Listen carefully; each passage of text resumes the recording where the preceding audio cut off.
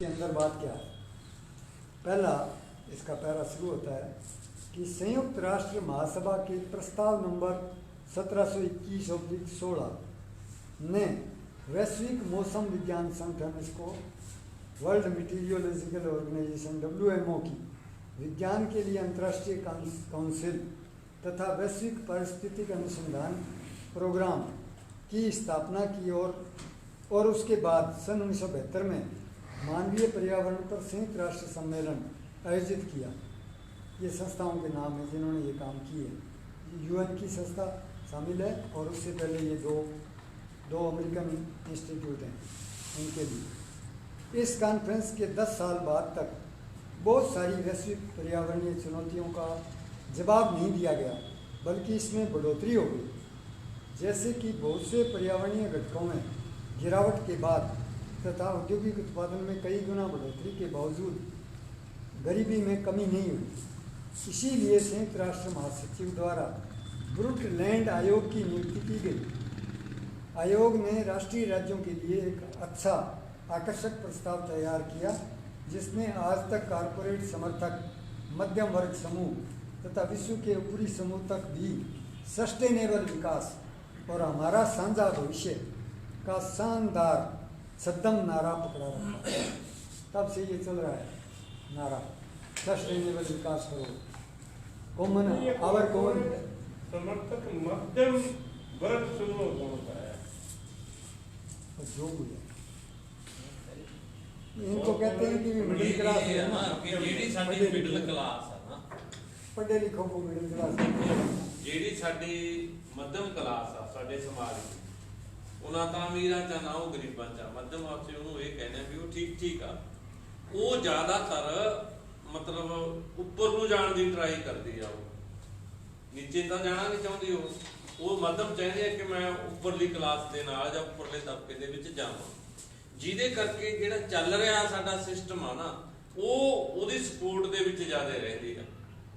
ਇਸ ਕਰਕੇ ਜਿੰਨੇ ਵੀ ਸਾਡੇ ਇਹ ਮੱਧਮ ਵਰਗ ਦੇ ਰਾਈਟਰ ਵਗੈਰਾ ਨੇ ਨਾ ਉਹ ਜ਼ਿਆਦਾਤਰ ਇਹਨਾਂ ਗੱਲਾਂ ਨੂੰ ਹੀ ਅਪਹੋਲਡ ਕਰਦੇ ਨੇ। ਉਹ ਕਹਿਣਗੇ ਦੇਖੋ ਜੀ ਸਸਟੇਨੇਬਲ ਡਿਵੈਲਪਮੈਂਟ ਦੀ ਜ਼ਰੂਰਤ ਆ। ਸਸਟੇਨੇਬਲ ਡਿਵੈਲਪਮੈਂਟ ਦਾ ਮਤਲਬ ਹੁੰਦਾ ਹੈ ਐਸਾ ਟਿਕਾਊ ਵਿਕਾਸ ਜਿਹੜਾ ਆਰਥਿਕਤਾ ਦੇ ਵਿੱਚ ਵੀ ਵ੍ਰਿੱਧੀ ਕਰਦੇ ਲੇਕਿਨ ਪਰਿਆਵਰਨ ਦਾ ਨੁਕਸਾਨ ਨਾ ਕਰੇ। ਉਹ ਅੱਜ ਤੱਕ ਤਾਂ ਮਿਲਿਆ ਨਹੀਂ ਕਿਤੇ ਕਿ GDP ਵੀ ਵਧੀ ਜਾਵੇ ਔਰ ਸਾਡਾ ਪਰਿਆਵਰਨ ਦੇ ਵੀ ਸਾਰੇ ਦੇ ਸਾਰੇ ਘਟਕ ਨੇ ਜਿਹੜੇ ਉਹ ਸਹੀ ਚੱਲੀ ਜਾਣ ਜਾਂ ਉਦੋਂ ਨਾਲੋਂ ਵੀ ਵਧੀਆ ਹੋ ਜਾਣ। ਜਾਣੇ ਹਵਾ ਪਹਿਲਾਂ ਨਾਲੋਂ ਵੀ ਸ਼ੁੱਧ ਹੋ ਜੇ, ਪਾਣੀ ਪਹਿਲਾਂ ਨਾਲੋਂ ਵੀ ਸ਼ੁੱਧ ਹੋ ਜੇ, ਭੋਜਨ ਪਹਿਲਾਂ ਨਾਲੋਂ ਵੀ ਸ਼ੁੱਧ ਹੋ ਜੇ ਔਰ ਨਾਲ ਦੀ ਨਾਲ ਪੈਸਾ ਵੀ ਬਹੁਤ ਜ਼ਿਆਦਾ ਵੱਧ ਜੇ। ਇਹ ਜਿਹੜਾ ਮਤਲਬ ਇੱਕ ਲੋਕਾਂ ਨੂੰ ਮਤਲਬ ਚੱਕਰ ਦੇਣ ਵਾਲਾ ਉਹਨਾਂ ਦੇ ਨਾਰਾ ਦਿੱਤਾ ਨਾ, ਇਹ ਵਿਕਾਸ ਤਾਂ ਚਾਹੀਦਾ ਹੀ ਆ। ਔਰ ਕਈ ਵਾਰ ਫਿਰ ਉਹ ਸਾਡੇ ਤੇ ਵਰਗੇ ਲੋਕਾਂ ਤੇ ਸਵਾਲ ਵੀ ਕਰਦੇ ਨੇ ਕਿ ਤੁਸੀਂ ਇਹਦਾ ਮਤਲਬ ਵਿਕਾਸ ਵਿਰੋਧੀ ਹੋ। ਅਗਰ ਤੁਸੀਂ ਪਰਿਆਵਰਨ ਦੀ ਰੱਖਿਆ ਦੀ ਗੱਲ ਕਰਦੇ ਹੋ, ਜੇ ਤੁਸੀਂ ਇਨਵਾਇਰਨਮੈਂਟ ਦੀ ਮਤਲਬ ਸਪੋਰਟ ਦੀ ਗੱਲ ਕਰਦੇ ਹੋ ਤਾਂ ਇਹਦਾ ਮਤਲਬ ਤੁਹਾਡਾ ਵਿਕਾਸ ਨਾਲ ਤਾਂ ਕੋਈ ਤਾਲੁਕ ਨਹੀਂ ਨਾ। ਇਹਦਾ ਮਤਲਬ ਵਿਕਾਸ ਹੋਰ ਚੀਜ਼ ਆ, ਪਰਿਆਵਰਨ ਹੋਰ ਚੀਜ਼ ਆ। ਇਹਨਾਂ ਨੇ ਦੋ ਗੱਲਾਂ ਜਿਹੜੀਆਂ ਦਿੱਤੀਆਂ ਨਾ ਬਰੁਟਲੈਂਡ ਕਮਿਸ਼ਨ ਨੇ, ਇਹ ਕਹੇ ਜੇ ਜਿਹਨੂੰ ਪੰਜਾਬੀ ਚ ਅਸੀਂ ਕਹਿੰਦੇ ਹਾਂ ਸੁਣਛੜੇ ਫੜਾਤੇ ਲੋਕਾਂ ਦੇ ਹੱਥਾਂ 'ਚ ਵੀ ਇਹਨੂੰ ਵਜਾਈ ਜਾਓ ਔਰ ਉਹਦੇ ਚੋਂ ਨਿਕਲਣਾ ਕੁਛ ਨਹੀਂ ਹੈਗਾ। ਉਹਦੇ ਚ ਇੱਕ ਤਾਂ ਇਹ ਕਿ ਟਿਕਾਊ ਵਿਕਾਸ ਦਾ ਨਾਰਾ ਦਿੱਤਾ ਉਹਨਾਂ ਨੇ ਵੀ ਵਿਕਾਸ ਸਾਡਾ ਟਿਕਾਊ ਰਹਿਣਾ ਚਾਹੀਦਾ, ਸਸਟੇਨੇਬਲ ਡਿਵੈਲਪਮੈਂਟ। ਦੂਸਰਾ ਅਵਰ ਕਾਮਨ ਫਿਊਚਰ, ਕਿ ਸਾਡਾ ਭਵਿੱਖ ਸਾਰਿਆਂ ਦਾ ਸਾਂਝਾ, ਭਵਿੱਖ ਸਭ ਦਾ ਸਾਂਝਾ, ਪਰ ਅਮਰੀਕਾ ਫਸਟ। ਜੇ ਭਵਿੱਖ ਸਾਂਝਾ ਫਿਰ ਟਰੰਪ ਦਾ ਅਮਰੀਕਾ ਫਸਟ ਕਿਵੇਂ ਸਹੀ ਆ? ਫਿਰ ਸਾਡਾ ਰਾਸ਼ਟਰਵਾਦ ਸਭ ਤੋਂ ਵਧੀਆ ਰਾਸ਼ਟਰ ਕਿਵੇਂ ਆ? ਜੇ ਸਾਡੇ ਸਾਰੀ ਦੁਨੀਆ ਦਾ ਭਵਿੱਖ ਸਾਂਝਾ, ਪੂਰੀ ਮਾਨਵ ਜਾਤੀ ਦਾ ਭਵਿੱਖ ਸਾਂਝਾ, ਫਿਰ ਅਸੀਂ ਇਹ ਗੱਲ ਕਿਵੇਂ ਕਹਿ ਸਕਦੇ ਹਾਂ ਸਾਰੇ ਜਹਾਨ ਸੇ ਅੱਛਾ ਹੈ ਹਿੰਦੁਸਤਾਨ ਹਮਾਰਾ? ਇਹ ਗੱਲਾਂ ਨੇ ਜਿਹੜੀਆਂ ਇੱਕ ਦੂਸਰੇ ਨਾਲ ਕੰਟਰਾਡਿਕਟ ਕਰਦੀਆਂ ਨੇ।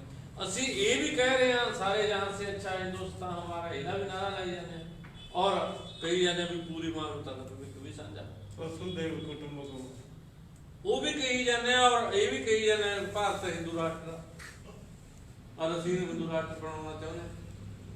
ਮਤਲਬ ਇਹ ਇੱਕ ਦੂਸਰੇ ਨਾਲ ਜਿਹੜੀਆਂ ਕੰਟਰੋਵਰਸੀ ਵਾਲੀਆਂ ਗੱਲਾਂ ਨੇ ਨਾ ਉਹਨੂੰ ਲੁਕਾਉਣ ਦੇ ਲਈ ਅਸੀਂ ਜਿਹੜੇ ਉਹ ਬਰੁਟਲੈਂਡ ਕਮਿਸ਼ਨ ਨੇ ਦੋ ਸਲੋਗਨ ਦਿੱਤੇ, ਜਿਹਨੂੰ ਕਿਹਾ ਕਿ ਮੱਧ ਵਰਗ ਕਲਾਸ ਨੂੰ ਉਹ ਜ਼ਿਆਦਾ ਪਾਉਂਦੇ ਨੇ, ਕਿਉਂਕਿ ਗਰੀਬ ਲੋਕਾਂ ਨੂੰ ਤਾਂ ਉਹਨਾਂ ਗੱਲਾਂ ਨਾਲ ਪਤਾ ਹੀ ਨਹੀਂ ਲੱਗਦਾ ਵੀ ਸਸਟੇਨੇਬਲ ਡਿਵੈਲਪਮੈਂਟ ਕੀ ਆ, ਜੇ ਉਹ ਆ ਉਹ ਤਾਂ ਆਪਦੇ ਕੰਮ ਤੱਕ ਮਤਲਬ ਆ। ਇਹਨਾਂ ਨੂੰ ਜਿਹੜੇ ਪੜ੍ਹੇ ਲਿਖੇ ਥੋੜਾ ਮੱਧ ਵਰਗ ਆ, ਇਹ ਥੋੜਾ ਉੱਪਰ ਜਾਣਾ ਚਾਹੁੰਦਾ, ਜਿਹੜਾ ਇਹਨੂੰ ਇਹ ਗੱਲਾਂ ਅਟਰੈਕਟ ਕਰਦੀਆਂ।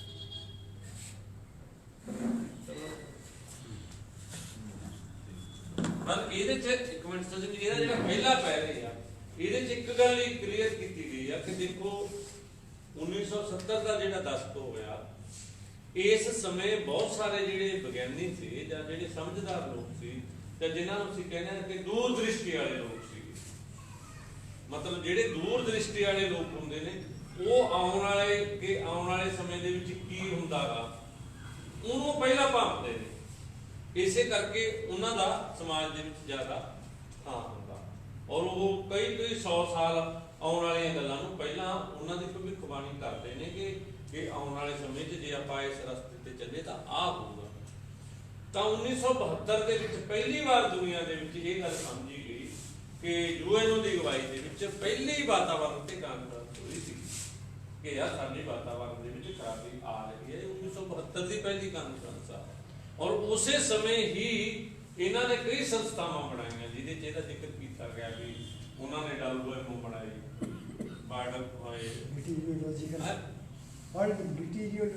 ਮਤਲਬ ਜਿਹੜੀ ਇਸ ਦੀ ਆਪਣਾ ਇਹਦੀ ਭਵਿੱਖਬਾਣੀ ਕਰਦੀ ਹੈ ਮੌਸਮ ਦੀ, ਠੀਕ ਆ।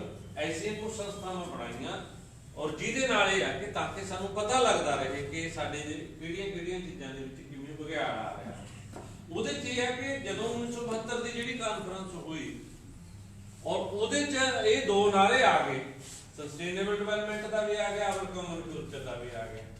ਇਹਨਾਂ ਦੋ ਨਾਰਿਆਂ ਤੋਂ ਬਾਅਦ 10 ਸਾਲਾਂ ਦੇ ਬਾਅਦ ਦੇ ਵਿੱਚ ਜਦੋਂ ਉਹਨੂੰ ਦੇਖਿਆ ਗਿਆ ਵੀ ਅਸੀਂ ਜਿਹੜਾ ਕੁਝ ਕਿਹਾ ਉਹਦੇ 'ਚ ਹੋਇਆ ਕੀ, ਉਹ ਹੋਇਆ ਇਹ ਕਿ ਮਤਲਬ ਸਾਡੀ ਜਿਹੜੀ ਇੰਡਸਟਰੀਅਲ ਡਿਵੈਲਪਮੈਂਟ ਆ ਇਹ ਤਾਂ ਜ਼ਿਆਦਾ ਹੋਈ, ਉਦਯੋਗੀਕਰਨ ਜ਼ਿਆਦਾ ਹੋ ਗਿਆ, ਕਾਰਖਾਨੇ ਜ਼ਿਆਦਾ ਲੱਗ ਗਏ, ਲੋਕਾਂ ਨੂੰ ਰੁਜ਼ਗਾਰ ਵੀ ਮਿਲਿਆ, ਲੇਕਿਨ ਅਮੀਰ ਔਰ ਗਰੀਬ ਦੇ ਵਿੱਚ ਖਾਈ ਆ ਜਿਹੜੀ ਉਹ ਪਹਿਲਾਂ ਨਾਲੋਂ ਵੱਧ ਗਈ। ਔਰ ਨਾਲ ਦੀ ਨਾਲ ਜਿਹੜੇ ਸਾਡੇ ਵਾਤਾਵਰਣ ਦੇ ਕੁਝ ਐਸਪੈਕਟ ਸੀਗੇ, ਕੁਝ ਕੰਪੋਨੈਂਟ ਸੀਗੇ, ਜਿਵੇਂ ਹਵਾ ਸੀ, ਪਾਣੀ ਸੀ, ਜਲਵਾਯੂ ਸੀ, ਇਹਨਾਂ ਦੇ ਵਿੱਚ ਵੀ ਥੋੜਾ ਵਿਗਾੜ ਆਉਣਾ ਸ਼ੁਰੂ ਹੋ ਗਿਆ, ਪਹਿਲਾਂ ਨਾਲੋਂ ਜ਼ਿਆਦਾ ਵਿਗਾੜ ਆ ਗਿਆ। ਔਰ ਸਾਡੇ ਜੰਗਲਾਂ ਦੀ ਮਾਤਰਾ ਵੀ ਪਹਿਲਾਂ ਨਾਲੋਂ ਘਟਣੀ ਸ਼ੁਰੂ ਹੋ ਗਈ। ਯਾਨੀ ਇਹ ਦੋ ਚੀਜ਼ਾਂ ਅਲੱਗ-ਅਲੱਗ ਮਤਲਬ ਪਾਸੇ ਨੂੰ ਚੱਲ ਪਈਆਂ। ਇਹ ਪਹਿਲੇ ਦੇ ਵਿੱਚ ਇਹੀ ਦਿੱਤਾ ਗਿਆ।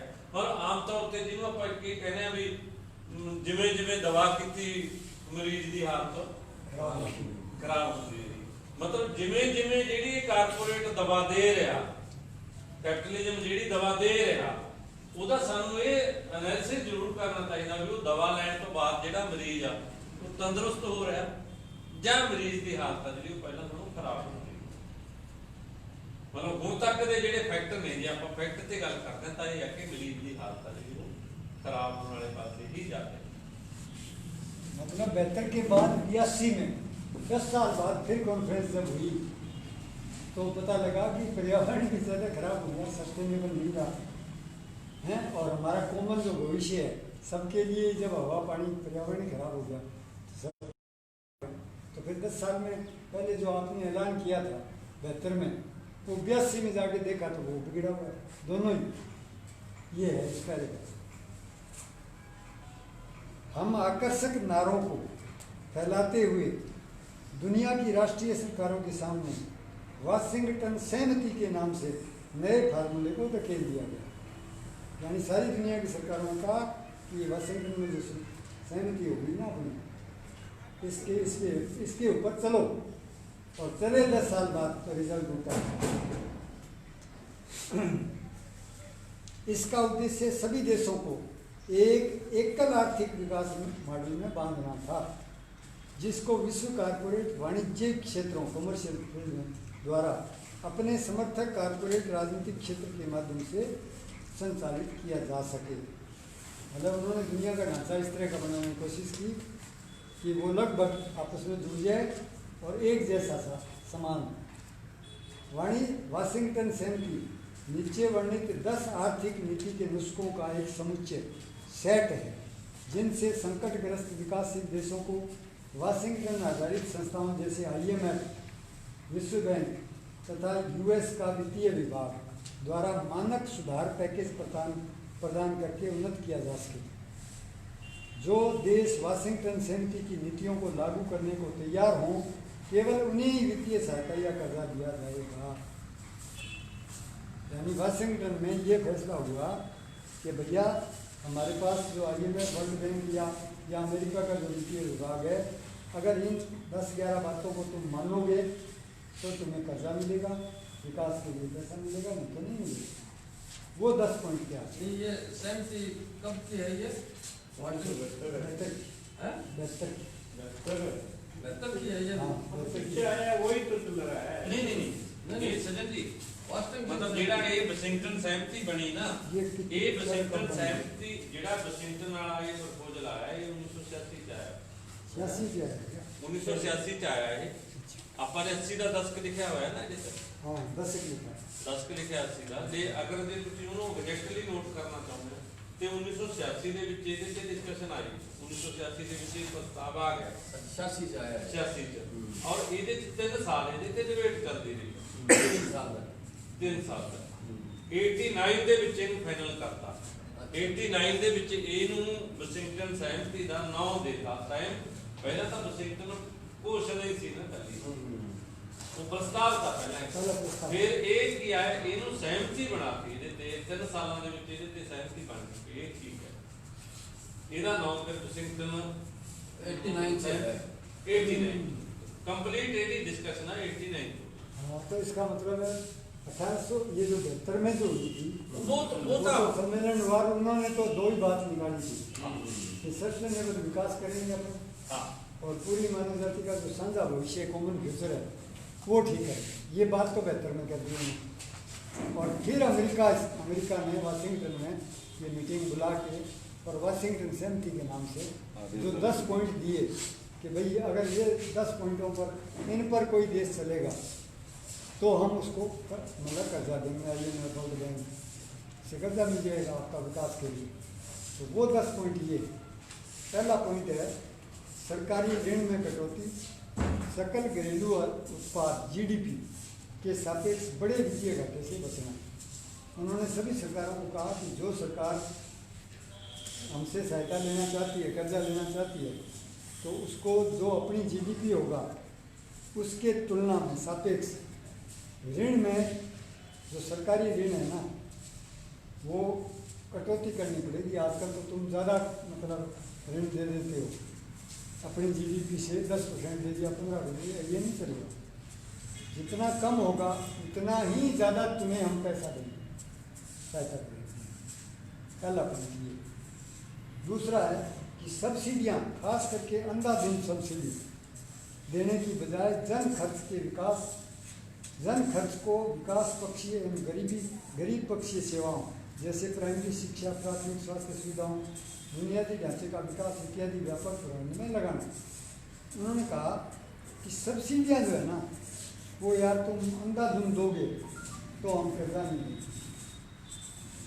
सब्सिडियाँ हमारे मुताबिक का मतलब कि हमारा पक्ष ये है कि किसी गरीब को दे दिया चलेगा, प्राइमरी शिक्षा पे दे दो, स्वास्थ्य सुविधा पे दे दो, या कोई सड़क वगैरह ढांचा बनाना, बुनियादी ढांचा खड़ा करना है उसके लिए दे दो। इसके अलावा तुम जो सब्सिडियाँ अंधाधुंध देते हो वो जो कोई देश करेगा तो हम पैसा नहीं देंगे, वर्ल्ड बैंक पैसा नहीं देगा। दूसरी शर्त है। तीसरी शर्त है कर सुधार, कर आधार को बढ़ाना तथा नरम व मध्यम कर दरों को अपनाना, जिसके तहत ये GST आई है वो इसके तहत है। फिर करों का जो तुम्हारा ढांचा है उस ढांचे में क्या था कि जो छोटे उद्योग थे ना, जो पुराने मतलब टेक्नोलॉजी के चलते थे, इन पे कर नहीं लगा। ये इसमें इस व्यवस्था में GST में सब पर लगा दिया, बड़े वाले पे भी लगा दिया, जो छोटे को छोड़ रखा था उसको भी लगा दिया। तो इन्होंने ये वो वहाँ से था निर्देश कि आपका कर का जो ढांचा है उसमें बदलाव करो, उसका आधार व्यापक करो, बड़ा बनाओ।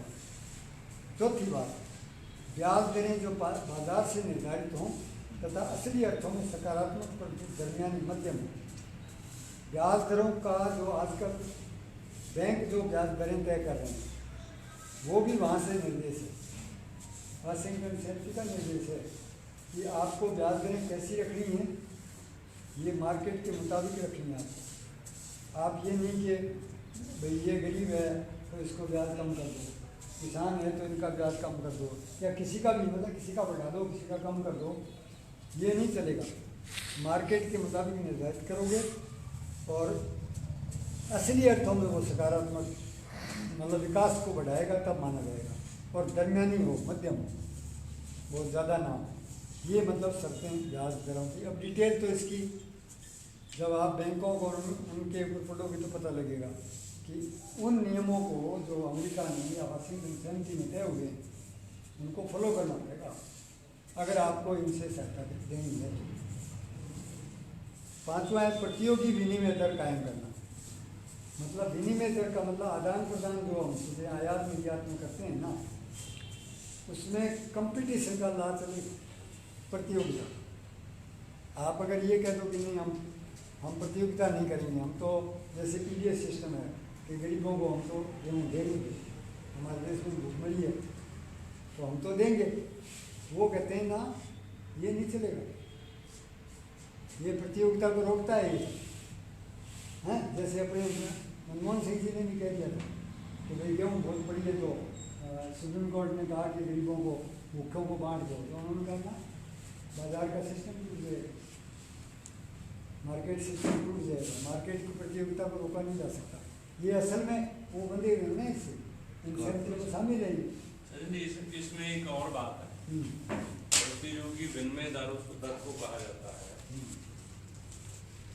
जैसे आप एक एग्जाम्पल लेते हैं कि जहाँ 10 रुपए की चाय का कप जहाँ अपने 10 रुपए का, और अमेरिका में भी वही चाय का कप 10 रुपए का ही मिलना चाहिए, और वो कहते हैं ऐसे नहीं चलेगा। प्रतियोगी विनिमय दर का मतलब है कि आप जो बिजनेस करोगे वो डॉलर में करोगे, और विनिमय है जो वो मुद्रा के रूप में होगा, वो कमोडिटी के रूप में नहीं होगा।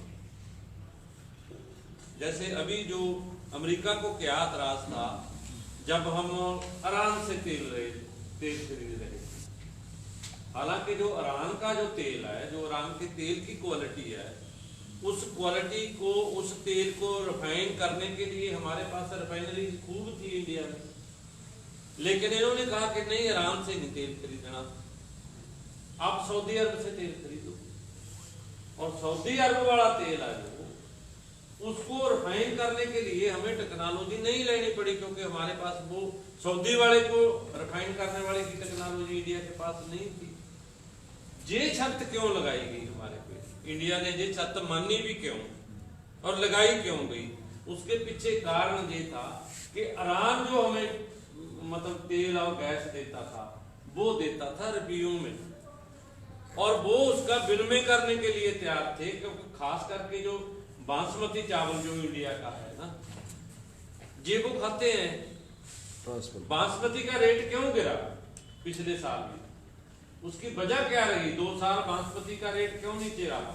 उसकी वजह ये रही कि ईरान तो ये चाहता था कि आप यार हमारे से तेल और गैस ले जो, हमें बासमती दे दो, रुपये में हमारे यहाँ कमोडिटी में एक्सचेंज कर लो। इसका अमेरिका को इतराज था कि इससे फिर डॉलर की प्रतियोगिता जो वो नीचे जाएगी, नहीं कर सकते आप ऐसा। इसलिए ये जो जी इसमें ये टर्म बरती गई है ना प्रतियोगिता वाली, वो कह रहे हैं कि अमेरिका का सबसे ज्यादा जोर यही है कि आप जो भी एक्सचेंज करो, मतलब वर्ल्ड मार्केट में जो भी आप खरीदो बेचो वो डॉलर में खरीदो बेचो, और वो कमोडिटी में एक्सचेंज नहीं कर सकते आप कि आपने गेहूं दे दिया उनसे मक्का ले लिया, ऐसे नहीं कर सकते। आपने तेल ले लिया उनको बासमती के चावल दे दिए, ऐसा नहीं कर सकते। आप लो तेल, आप दो बासमती, लेकिन वो तेल खरीदने वेले भी और बासमती बेचने वेले भी आपको डॉलर में ही एक्सचेंज करना पड़ेगा। इसको कहते हैं ये जो टर्म बनती है। और उसका बताऊँ आपको, उसका ये है, ये जो कमोडिटी को आपस में एक्सचेंज करने वाली है ना, अगर ये बात आ जाए तो कितना भारी है। इसका नाम एक सुनता है PPP, 3 PPP शब्द हैं, परचेजिंग पावर पैरिटी, मतलब अगर 10 रुपये में यहाँ चाय मिलती है और वहाँ मिलती है $1 की वो सेम कप, तो इसका मतलब है कि वास्तव में डॉलर की कीमत 10 रुपये है, जबकि मार्केट यहाँ आपने विनिमय में क्या कर रखा है, 70 रुपये का कर रखा है ना। बिल्कुल समझ गए बात आप, कि कमोडिटी का भी जो चीज़ वहाँ जितने में आती है रुपए में, अगर यहाँ 10 रुपये में आती है वही चीज़, वही कमोडिटी आप वहाँ $1 में ले रहे हो, तो फिर तो डॉलर की जो विनिमय मूल्य है, एक्सचेंज वैल्यू है, वो तो 10 रुपये हो जाएगी, वो तो अमेरिका को घटा देती है। इसलिए वो कमोडिटी में किसी चीज़ का, चीज़ के बदले चीज़ नहीं में व्यापार नहीं करने लगी, ये उन्होंने बांधा हुआ, इसको कहते हैं। ये वाशिंगटन सहमति है जो किस तरह से बांधे हुए है शर्तों में। अच्छा, छठा पॉइंट है व्यापार का उदारीकरण, आयात का उदारीकरण, जिसमें मात्रात्मक पाबंदियों को समाप्त करने पर विशेष जोर दिया जाए, यानी लाइसेंस आदि पर किसी भी तरह का व्यापार संरक्षण मामूली अंतर से या तुलनात्मक तौर पर एक जैसी दरों के आधार पर हो। थोड़ा एक्सप्लेन करो तो सुखदेव जी, उदारीकरण को करो ना इसको सेमिक को हाँ चलो।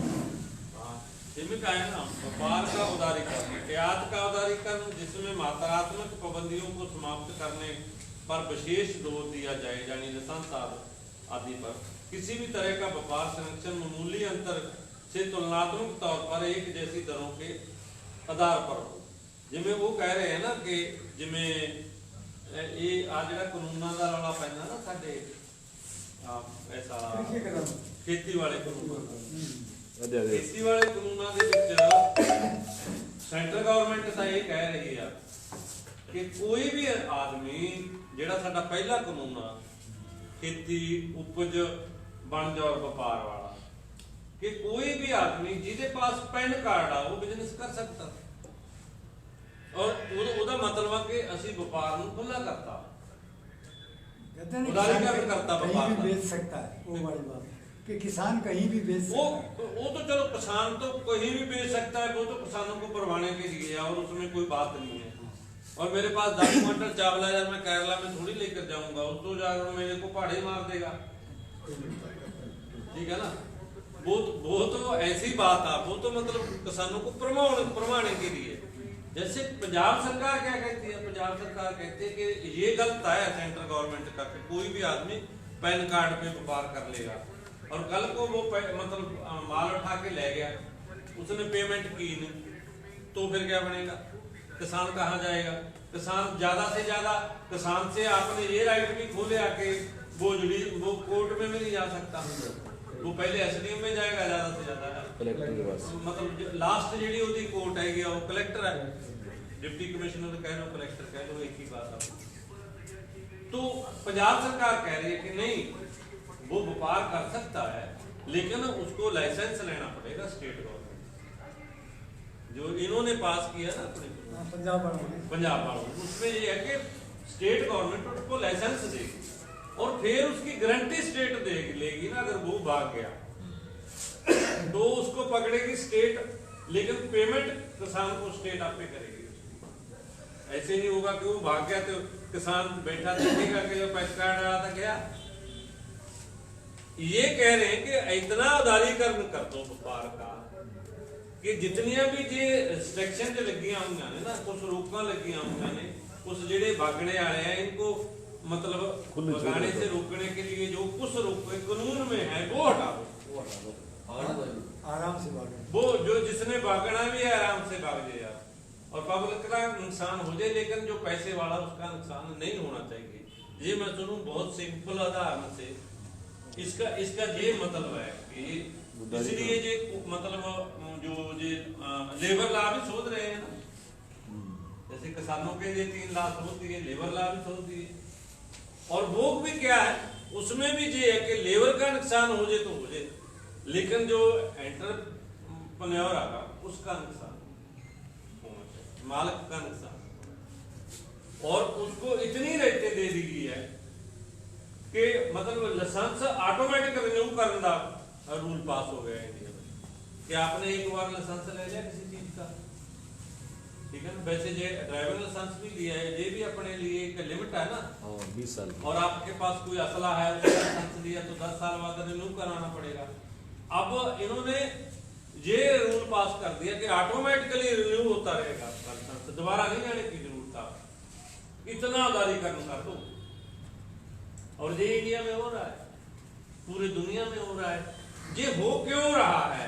क्योंकि हमें ये लग रहा है कि यार ये मोदी कर रहा है, जब बीजेपी कर रही है, तो हमारी सेंट्रल गवर्नमेंट कर रही है, नहीं कर रही।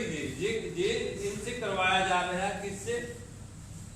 जो वाशिंगटन सहमति पत्र है ना, अगर आपने IMF से लोन लेना है, अगर आपने वर्ल्ड बैंक से लोन लेना है, अगर आपने मतलब जो अमेरिकन फाइनेंस डिपार्टमेंट है उससे कोई भी हेल्प लेनी है, तो पहला उनकी ये शर्तें माननी जरूरी है। जिसलिए वो कह रहे हैं कि पूरा आर्थिक ढांचा हम एक जैसा बनाएंगे पूरी दुनिया में, और वो बन रहा है आस्ते आस्ते। यूरोप में तो पहले ही बन गया है। अब जो हमारे वर्ग के कॉमनवेल्थ अंडर डेवलप्ड कंट्री है उनमें अब बढ़ना शुरू हो गया। अब ये मोदी से बनवाएं, ये राहुल से बनवाएं, ये केजरीवाल से बनवाएं, इससे कोई फर्क नहीं पड़ता। ये कोई भी आएगा अगर उसने लेना है, जैसे हमने यार बिल्कुल ही सिंपल देखिए, हम किसान लोग हैं, हमने बच्ची का ब्याह करना है, तो उस कोई चीज का कम हो गया, कम घाटा पड़ गया कि यार अब ये तो लेना ही पड़ेगा। फिर हमें कितना भी ब्याज लगा ले कोई कि यार ये मतलब कार्ड तो तेरे चढ़ाने है ना, फिर हमारे जितना लगा लाया, तो फिर मजबूरी में क्या है लगा ला, इसलिए लोग उतना ही देते थे। इसलिए ये जो उदारीकरण का जो काम हो रहा है, ये उदारीकरण का काम यही हो रहा है कि इसमें लोगों को हमें लोगों को ये नहीं पता लग रहा है कि ये जो तार हल रही है, हल कहाँ से रही है? ये हल ऊपर से रही है। ये जितने भी, चाहे वो G7 है, चाहे G8 है, जो बड़े लोग हैं, जो बड़े कारपोरेटर हैं, उन्होंने सारी पॉलिसी बना के दी है, वो आस्ते आस्ते आस्ते आस्ते नीचे तक जो आ रही है, और पूरा दुनिया का एक इकोनॉमी का ढांचा वो बनाने में लगे। इसका मतलब ये है। अगला 7वां पॉइंट है अंदरूनी विदेशी निवेश का उदारीकरण करना। उदारीकरण का मतलब अभी उन्होंने खुली छीट दे दी ना, पहले कह रहे थे भी हमारा 51 रुपये हमारे होंगे, 49% लगवाएंगे, अब 100%। अब तो इसमें भी 100 कर दिया शायद रक्षा क्षेत्र में। नहीं, अंदरूनी विदेशी निवेश का मतलब है जिन्होंने FDI कहते हैं ना, फॉरेन डायरेक्ट इन्वेस्टमेंट। अब तो देखो, पहले तो हम ये सोचते थे कि यार हमारा डिफेंस तो बचा हुआ है ना, अब तो डिफेंस में ही 100% FDI कर दी उन्होंने। एक समय था जब ये था कि 49% से ज्यादा कोई भी मतलब किसी का शेयर नहीं आ सकता, 51% शेयर मतलब गवर्नमेंट के ही रहेंगे, ठीक है। उसके बाद फिर बढ़ते बढ़ते बढ़ते अब तो डिफेंस में 100% आ गया, बीमा बैंकिंग सब कर रहे कि अगर डिफेंस में ही 100% आ गया, फिर भारत माता वाला जे वो माता वाला हम महान है, हमारी फौज ऐसी है वैसी है, फिर वो कहाँ गया? वैसे अगर ये आज भी समझना है ना, तो आज भी आराम से एक आदमी समझ सकता है कि यार जब रफेल आया ना, तो हमने कुछ छलांगे लगानी शुरू कर दी कि हम ऐसा कर देंगे, हम चीन को सबसे सिखा देंगे क्योंकि हमारे पास रफेल आ गया। और जिन्होंने पंजाबी च सजन जी हमारे बोलते हैं सारे बगानी दाढ़ी ते मुच्छा मनाउणियां, हाँ बगानी छाते मुच्छा मनाउणियां, मतलब ਅਸੀਂ बगानी छाते मुच्छा मनाउण लगे हुए हैं क्योंकि उन्हें सानू रफेल देता, हुण ਅਸੀਂ चाइना को ये वो कर देंगे। क्या कर देंगे यार चाइना को ऐसा क्यों कर दोगे? कितने गुमांडी मारी ना ਹੁੰਦਾ यार, मतलब गुमांडी की तो सुख मंगी नहीं ਹੁੰਦੀ है ना। साडा ਜਿਹੜਾ कल्चर आ वो तो ये कहना यार भी गुआंढी की सुख मंगो यार, क्योंकि गुआंढी दे अमन चैन होगा अपने होगा ਤਾਂ ਉਹਦਾ ਫਾਇਦਾ ਸਾਨੂੰ ਵੀ ਹੋਊਗਾ। ਆਹ ਗੁਆਂਢੀ ਲੜਨ ਲਾ ਕੇ ਕਹੇ ਯਾਰ ਛਡਾਉਣ ਜਾਊਂਗੇ ਕਿਤੇ ਛੋਟੀ ਸਿਰ ਚ ਵੱਜੂ, 20 ਲੋਕ ਮਰੇ ਨੇ ਇਸੇ ਤਰੀਕੇ। ਇਹਦਾ ਮਤਲਬ ਗੁਆਂਢੀ ਦੀ ਸੁੱਖ ਮਨਾਉਣੀ ਸਾਨੂੰ ਆਪਣੀ ਸੁੱਖ ਜਿੰਨੀ ਹੀ ਜ਼ਰੂਰੀ ਆ। ਇਸ ਕਰਕੇ ਅੱਜ ਜਦੋਂ ਦੁਨੀਆ ਇੱਕ ਹੋ ਰਹੀ ਹੈ, ਉਸ ਸਮੇਂ ਦੇ ਵਿੱਚ ਅਸੀਂ ਕਹਿ ਰਹੇ ਹਾਂ ਅਸੀਂ ਫਲਾਣੇ ਨਾਲ ਲੜਾਂਗੇ, ਅਸੀਂ ਟਿਕੜੇ ਨਾਲ ਲੜਾਂਗੇ, ਕਾਹਦੇ ਤੇ? ਅਸੀਂ ਉਹਨਾਂ ਤੋਂ ਰੁਪਏ ਲਵਾਂਗੇ, ਔਰ ਉਹ ਵੀ ਕਰਜ਼ੇ ਤੇ। ਉਹਦੇ 'ਚ 100% ਅਸੀਂ ਫੋਰਨ ਜਿਹੜੀ ਹੈਗੀ ਆ FDI करती, फॉरेन डायरेक्ट इन्वेस्टमेंट करवा दी उनसे। अब वो हमारे डिफेंस से भी आके बह गए, हूँ तो वो उन्होंने फिर वो रेट चलूगा ਜਿਹੜਾ ਇਹ ਰੌਲਾ ਪਿਆ ਨਾ ਕਿ ਰਫੇਲ ਦੇ ਵਿੱਚ ਜੇ ਹੋ ਗਿਆ ਉਹ ਹੋ ਗਿਆ। ਹੁਣ ਉਹਨਾਂ ਨੇ ਕੀ ਆ, ਇਹਨਾਂ ਨੇ ਕਹਿੰਦਾ ਯਾਰ ਸਾਨੂੰ ਆਹ 2 ਚੀਜ਼ਾਂ ਹੋਰ ਉਹਦੇ ਨਾਲ ਲਾ ਦਿਓ, ਉਹ ਕਹਿੰਦੇ ਵੀ ਫਿਰ ਇਹਦਾ ਰੇਟ ਇੰਨਾ ਜਾਊਗਾ। ਉਹ ਤਾਂ ਪਤਾ ਹੀ ਆ ਅਗਲਿਆਂ ਨੂੰ ਵੀ ਯਾਰ ਇਹਨਾਂ ਨੂੰ ਅਸਰ ਨਹੀਂ ਰਿਹਾ। ਜਦੋਂ ਅਸੀਂ ਆਪ ਹੀ ਰੌਲਾ ਪਾਈ ਜਾਂਦੇ ਵੀ ਜੇ ਰਫੇਲ ਨਾ ਆਏ ਫਿਰ ਤਾਂ ਅਸੀਂ ਤਾਂ ਗਏ, ਅਗਲਿਆਂ ਨੇ ਉਹ ਰੇਟ ਚੱਕਤੇ। ਇਹਨਾਂ ਨੂੰ ਇਹ ਵਿਚਾਰ ਸਾਨੂੰ ਕਮਿਸ਼ਨ ਮਿਲ ਰਿਹਾ, ਆਪਣਾ ਕੀ ਹੱਡ ਵੱਡੀ ਦਾ ਮੋਦੀ ਨੇ ਸਮਝੌਤਾ ਕਰ ਲਿਆ ਉਹਦੇ ਤੇ। चौकीदार और उसमें कोई पारदर्शिता तो है नहीं उस समझौते, जो कांग्रेस ने समझौता किया सी और जो बीजेपी ने समझौता किया, उन्होंने दोनों ਨੂੰ ਜੇ ਤੁਸੀਂ ਕੰਪੈਰੀਜ਼ਨ ਕਰਕੇ ਦੇਖੋ, ਇਹ ਦਾ ਹਿੰਦੂ ਵਾਲੇ ਨੇ ਇੱਕ ਡਾਕੂਮੈਂਟ ਕੱਢ ਕੇ ਦਿੱਤਾ ਯਾਰ। ਇਹ ਤਾਂ ਠੀਕ ਹੈ ਵੀ ਸੁਪਰੀਮ ਕੋਰਟ ਅੱਜ ਕੱਲ ਨਹੀਂ ਸੁਣ ਰਹੀ ਔਰ ਉਹਨਾਂ ਨੇ ਕਹਿਤਾ ਨਹੀਂ ਕੁਝ ਨਹੀਂ ਹੋਇਆ ਕਿਉਂਕਿ ਡਿਫੈਂਸ ਦਾ ਸਵਾਲ ਆ ਔਰ ਉਹ ਕੇਸ ਹੋ ਗਿਆ। ਨਹੀਂ ਇਹਨਾਂ ਨਾਲ ਤਾਂ ਬੂਫਰ ਵਾਲਿਆਂ ਨੂੰ ਵੀ ਭੈੜੀ ਹੋਣੀ ਸੀ ਬੀਜੇਪੀ ਵਾਲਿਆਂ ਨਾਲ ਤਾਂ ਇਸ ਕੇਸ 'ਚ ਇੰਨਾ ਘਪਲਾ ਇਸ ਕੇਸ 'ਚ ਜਿਹੜਾ ਰਫੇਲ ਵਾਲੇ। ਇਹਦਾ ਮਤਲਬ ਅਸਲ ਦੇ ਵਿੱਚ ਇਹ ਆ ਕਿ ਉਹ ਚਾਹੁੰਦੇ ਨੇ ਕਿ ਉਦਾਰੀਕਰਨ ਕਰ ਦਿਓ। ਉਦਾਰੀਕਰਨ ਦਾ ਮਤਲਬ ਇਹ ਆ ਕਿ ਯਾਰ ਉਹਨਾਂ ਤੇ ਛੱਡ ਦਿਓ, ਜੋ ਉਹਨਾਂ ਨੂੰ ਠੀਕ ਲੱਗਦਾ ਉਹਨਾਂ ਨੂੰ ਕਰ ਦਿਓ, करने दो उनको है। ਇੰਨੀਆਂ ਰੇਤਾਂ ਦੇ ਦਿਓ। ਵੈਸੇ ਇਹ ਵਾਸ਼ਿੰਗਟਨ ਸਹਿਮਤੀ ਪੱਤਰ ਦਾ ਜਿਹੜਾ ਲਾਸਟ ਦੇ ਵਿੱਚ ਇੰਡੀਆ 'ਚ ਕਿਵੇਂ ਇੰਪਲੀਮੈਂਟ ਹੋ ਰਿਹਾ ਉਹ ਵੀ ਇਹਦੇ 'ਚ ਪੋਰਸ਼ਨ ਆਊਗਾ। आगे आगे आओ। 8वां पॉइंट है इसका, सरकारी उद्योगों का निजीकरण करना। वो तो सब चीज़ों का अभी निजीकरण करने में लगे हुए हैं, वो पालन हो रहा है बस। उसमें एक बात ये है कि कई बार पहला ਅਸੀਂ बहुत सारे लोग, मैं भी ਉਹਨਾਂ 'ਚ ਇੱਕ ਸੀਗਾ, ਇਹ ਸੋਚ ਰਹੀ ਸੀ ਵੀ ਯਾਰ ਆਹ ਚੀਜ਼ ਘਾਟੇ 'ਚ ਬਾਗੀ, ਜਿਹੜੀ ਚੀਜ਼ ਘਾਟੇ 'ਚ ਜਾ ਰਹੀ ਹੈ ਵੀ ਸਰਕਾਰ ਨੂੰ ਵੇਚ ਹੀ ਦੇਣੀ ਚਾਹੀਦੀ ਹੈ ਜਾਂ ਫਿਰ ਉਹ ਘਾਟਾ ਕਿਉਂ ਖਾਵੇ। ਪਹਿਲਾਂ ਇਹ ਲੱਗਦਾ ਸੀ ਜਦੋਂ ਇਹ ਪਹਿਲਾਂ ਇਹ ਨੀਤੀ ਉਦਾਰੀਕਰਨ ਦੀ ਆਈ ਹੈ ਜਾਂ ਪ੍ਰਾਈਵੇਟਾਈਜੇਸ਼ਨ ਦੀ ਨੀਤੀ ਆਈ ਆ ਕਿ ਯਾਰ ਜਿਹੜੇ ਪਬਲਿਕ ਸੈਕਟਰ ਮਤਲਬ ਚਿੱਟੇ ਹੱਥੀ ਬਣੇ ਹੋਏ ਨੇ ਉਹਨਾਂ ਨੂੰ ਛੱਡ ਦੇਣਾ ਚਾਹੀਦਾ ਸਰਕਾਰ ਨੂੰ। ਬਹੁਤ ਸਾਰੇ ਲੋਕ ਇਹਦੇ ਤੇ ਸਹਿਮਤ ਸੀਗੇ, ਪਰ ਹੌਲੀ ਹੌਲੀ ਗੱਲ ਜਦੋਂ ਸਾਹਮਣੇ ਇਹ ਆਈ ਕਿ ਜਿਹੜੇ ਪ੍ਰੋਫਿਟ ਵਾਲੇ ਨੇ ਯਾਰ ਉਹਨਾਂ ਨੂੰ ਵੀ ਵੇਚ ਰਹੇ ਨੇ, ਤਾਂ ਫਿਰ ਇਹ ਹੋਣ ਲੱਗੇ ਜਿਹੜੇ ਪ੍ਰੋਫਿਟ ਵਾਲਿਆਂ ਨੂੰ ਕਿਉਂ ਵੇਚਦੇ ਨੇ। ਜਿਹੜੀਆਂ ਕੰਪਨੀਆਂ ਜਿਹੜੇ ਅਦਾਰੇ ਆਲਰੇਡੀ ਪ੍ਰੋਫਿਟ ਕਮਾ ਰਹੇ ਨੇ ਉਹ ਤਾਂ ਗਵਰਨਮੈਂਟ ਆਪਦੇ ਕੋਲੇ ਰੱਖ ਲੈ ਨਾ, ਉਸ ਪਬਲਿਕ ਸੈਕਟਰ ਨੂੰ ਕਿਉਂ ਵੇਚਿਆ ਜਾ ਰਿਹਾ। ਉਹਦੇ ਪਿੱਛੇ ਜਿਹੜਾ ਇਹਨਾਂ ਨੇ ਕਨਸੈਪਟ ਦਿੱਤਾ ਨਾ ਯੂਰਪ ਵਾਲੇ ਅਮਰੀਕਾ ਵਾਲਿਆਂ ਨੂੰ, ਇਹ ਦਿੱਤਾ ਕਿ ਕਮ ਸੇ ਕਮ ਮਤਲਬ ਤੁਸੀਂ ਗਵਰਨਮੈਂਟ ਚਲਾਓ ਔਰ ਜ਼ਿਆਦਾ ਤੇ ਜ਼ਿਆਦਾ ਗਵਰਨੈਂਸ ਚਲਾਓ। ਮਤਲਬ ਤੁਸੀਂ ਕੰਟਰੋਲ ਜ਼ਿਆਦਾ ਤੋਂ ਜ਼ਿਆਦਾ ਕਰੋ, ਜ਼ਿੰਮੇਵਾਰੀ ਨਾ ਚੱਕੋ। ਗਵਰਨਮੈਂਟ ਕਰਨਾ ਮਤਲਬ ਜ਼ਿੰਮੇਵਾਰੀ ਚੱਕਣੀ, ਕਿ ਜ਼ਿੰਮੇਵਾਰੀ ਤਾਂ ਕਮ ਸੇ ਕਮ ਚੱਕੋ ਔਰ ਕੰਟਰੋਲ ਗਵਰਨੈਂਸ ਪੂਰੀ ਦੀ ਪੂਰੀ ਕਰੋ। ਪ੍ਰਾਈਵੇਟ ਕੰਪਨੀ ਮੰਨ ਲਓ ਇੱਥੇ ਕੋਈ ਪ੍ਰਾਈਵੇਟ ਕੰਪਨੀ ਲੱਗਦੀ ਹੈ, ਠੀਕ, ਔਰ ਉਹਦੇ 'ਚ ਕੀ ਆ, ਉਹਦੇ 'ਚ ਕੱਲ ਨੂੰ ਕੋਈ ਮਤਲਬ ਮਿਸਹੈਪਨਿੰਗ ਹੋ ਗਈ, ਮੰਨ ਲਓ ਕੋਈ ਉਹਦਾ ਬਰਾਈਲਰ ਫਟ ਗਿਆ, ਕੋਈ ਗੈਸ ਲੀਕ ਹੋ ਗਈ ਜਿਵੇਂ ਭੋਪਾਲ ਦੇ ਵਿੱਚ ਹੋਈ ਸੀ, ਔਰ ਉਹਦੇ ਨਾਲ ਲੋਕਾਂ ਦਾ ਨੁਕਸਾਨ ਹੋ ਗਿਆ ਜਾਂ ਫਸਲਾਂ ਦਾ ਨੁਕਸਾਨ ਹੋ ਗਿਆ ਜਾਂ ਘਰਾਂ ਦਾ ਨੁਕਸਾਨ ਹੋ ਗਿਆ ਉਹਦੇ ਨਾਲ ਜੇ ਗਵਰਨਮੈਂਟ ਦੀ ਆ ਤਾਂ ਸਿੱਧੀ ਗਵਰਨਮੈਂਟ ਦੀ ਜ਼ਿੰਮੇਵਾਰੀ ਆਊਗੀ, ਸੰਬੰਧਿਤ ਮੰਤਰੀ ਨੂੰ ਵੀ ਅਸਤੀਫਾ ਦੇਣਾ ਪਊ, ਗਵਰਨਮੈਂਟ ਨੂੰ ਵੀ ਬਹੁਤ ਕਰਨਾ ਪਊ। ਜੇ ਪ੍ਰਾਈਵੇਟ ਆ ਉਹ ਕਹਿਣਗੇ ਇਹਨਾਂ ਨੂੰ ਖਿੱਚੋ ਸਾਲਿਆਂ ਨੂੰ, ਪਰ ਲੋਕ ਕਹਿੰਦੇ ਯਾਰ ਗਵਰਨਮੈਂਟ ਤਾਂ ਕਮਾਲ ਕਰ ਰਹੀ ਹੈ, ਉਹਨਾਂ ਨੂੰ ਤਾਂ ਫਟਾਫਟ ਖਿੱਚਣੀ ਕੰਪਨੀ, ਔਰ ਕੰਪਨੀ ਨੇ ਕੀ ਕੀਤਾ, ਉਹਦਾ GM ਆ ਜਿਹੜਾ ਜਨਰਲ ਮੈਨੇਜਰ ਚੱਕ ਕੇ ਬਦਲੀ ਕਰ, ਮਤਲਬ ਲਾ ਪਾ ਕੇ ਗੱਲ ਉੱਥੀ ਰਹੀ, ਠੀਕ ਆ। ਉਹ ਇੱਥੋਂ ਬਦਲ ਕੇ ਸੂਰਤਗੜ੍ਹ ਤੋਂ ਬਦਲ ਕੇ ਉਹਨੂੰ ਸੂਰਤ ਲਾਤਾ ਗੁਜਰਾਤ ਵਾਲੇ ਚ, ਗਾੜੀ ਬਦਲਿਆ ਗੱਲਾਂ, ਮਗਰਲੇ 2 ਅੱਖਰ ਬਦਲਤੇ ਉਹਦੇ। ਉਹ ਤਾਂ ਰਿਹਾ ਤਾਂ ਉਹ ਮੈਨੇਜਰ ਹੀ ਆ, ਉਹਦਾ ਤਾਂ ਕੁਛ ਨਹੀਂ ਗਿਆ, ਇੱਥੋਂ ਬਦਲ ਕੇ ਉਹ ਲੋਕ ਚਲਾ ਗਿਆ। मंत्री को दिक्कत नहीं। ਔਰ ਸਰਕਾਰ ਨੇ ਆਪਣੇ ਨੰਬਰ ਵੈਸੇ ਹੀ ਬਣਾ ਲਏ ਔਰ ਲੋਕਾਂ ਦੇ ਵਿੱਚ ਸਰਕਾਰ ਦੀ ਬੱਲੇ ਬੱਲੇ ਹੋ ਗਈ ਵੀ ਯਾਰ ਬਹੁਤ ਕੁਇਕ ਐਕਸ਼ਨ ਕੀਤਾ ਸਾਡੇ ਮੰਤਰੀਆਂ ਨੇ, ਕਮਾਲ। ਇਹ ਇਸ ਪਿੱਛੇ ਕੀ ਕਰ ਰਹੇ ਨੇ ਕਿ ਇਹ ਸਾਰੇ ਦਾ ਸਾਰਾ ਪ੍ਰਾਈਵੇਟਾਈਜੇਸ਼ਨ ਕਰ ਰਹੇ ਕਿ ਆਪ ਜ਼ਿੰਮੇਵਾਰੀ ਕੋਈ ਨਹੀਂ ਲੈਣੀ ਸਰਕਾਰ ਨੇ, ਔਰ ਹਸਪਤਾਲ ਨੇ ਉਹ ਵੀ ਪ੍ਰਾਈਵੇਟ ਕਰ ਦਿਓ, ਸਕੂਲ ਨੇ ਉਹ ਵੀ ਪ੍ਰਾਈਵੇਟ ਕਰ ਦਿਓ, ਠੀਕ, ਔਰ ਮਤਲਬ ਹਰ ਚੀਜ਼ ਨੂੰ ਪ੍ਰਾਈਵੇਟ ਕਰ ਦਿਓ। ਬਸ ਤੁਸੀਂ ਕਿਵੇਂ ਰਹੋ, ਸਿਰਫ ਤੁਸੀਂ ਤਾਂ ਗਵਰਨੈਂਸ ਕਰਦੇ ਹੋ, ਉਹਦੇ ਤੇ ਸਾਰੇ ਤੇ ਨਿਗਰਾਨੀ ਕਰਨੀ ਆ। ਜੇ ਕੋਈ ਇੱਧਰ ਉੱਧਰ ਕੋਈ ਗੱਲ ਹੁੰਦੀ ਆ, ਲੋਕਾਂ ਦਾ ਕਿਤੇ ਗੁੱਸਾ ਆਉਂਦਾ, ਉਹਨੂੰ ਨਾਲ ਦੀ ਨਾਲ ਉਹ ਗੈਰ ਤਰੀਕ ਕਰਦੇ ਆ। ਸੇਫਟੀ ਵੱਲ ਆਦਾ ਕੰਮ ਤੁਸੀਂ ਕਰਨਾ, ਹੋਰ ਤੁਹਾਡਾ ਕੋਈ ਕੰਮ ਨਹੀਂ।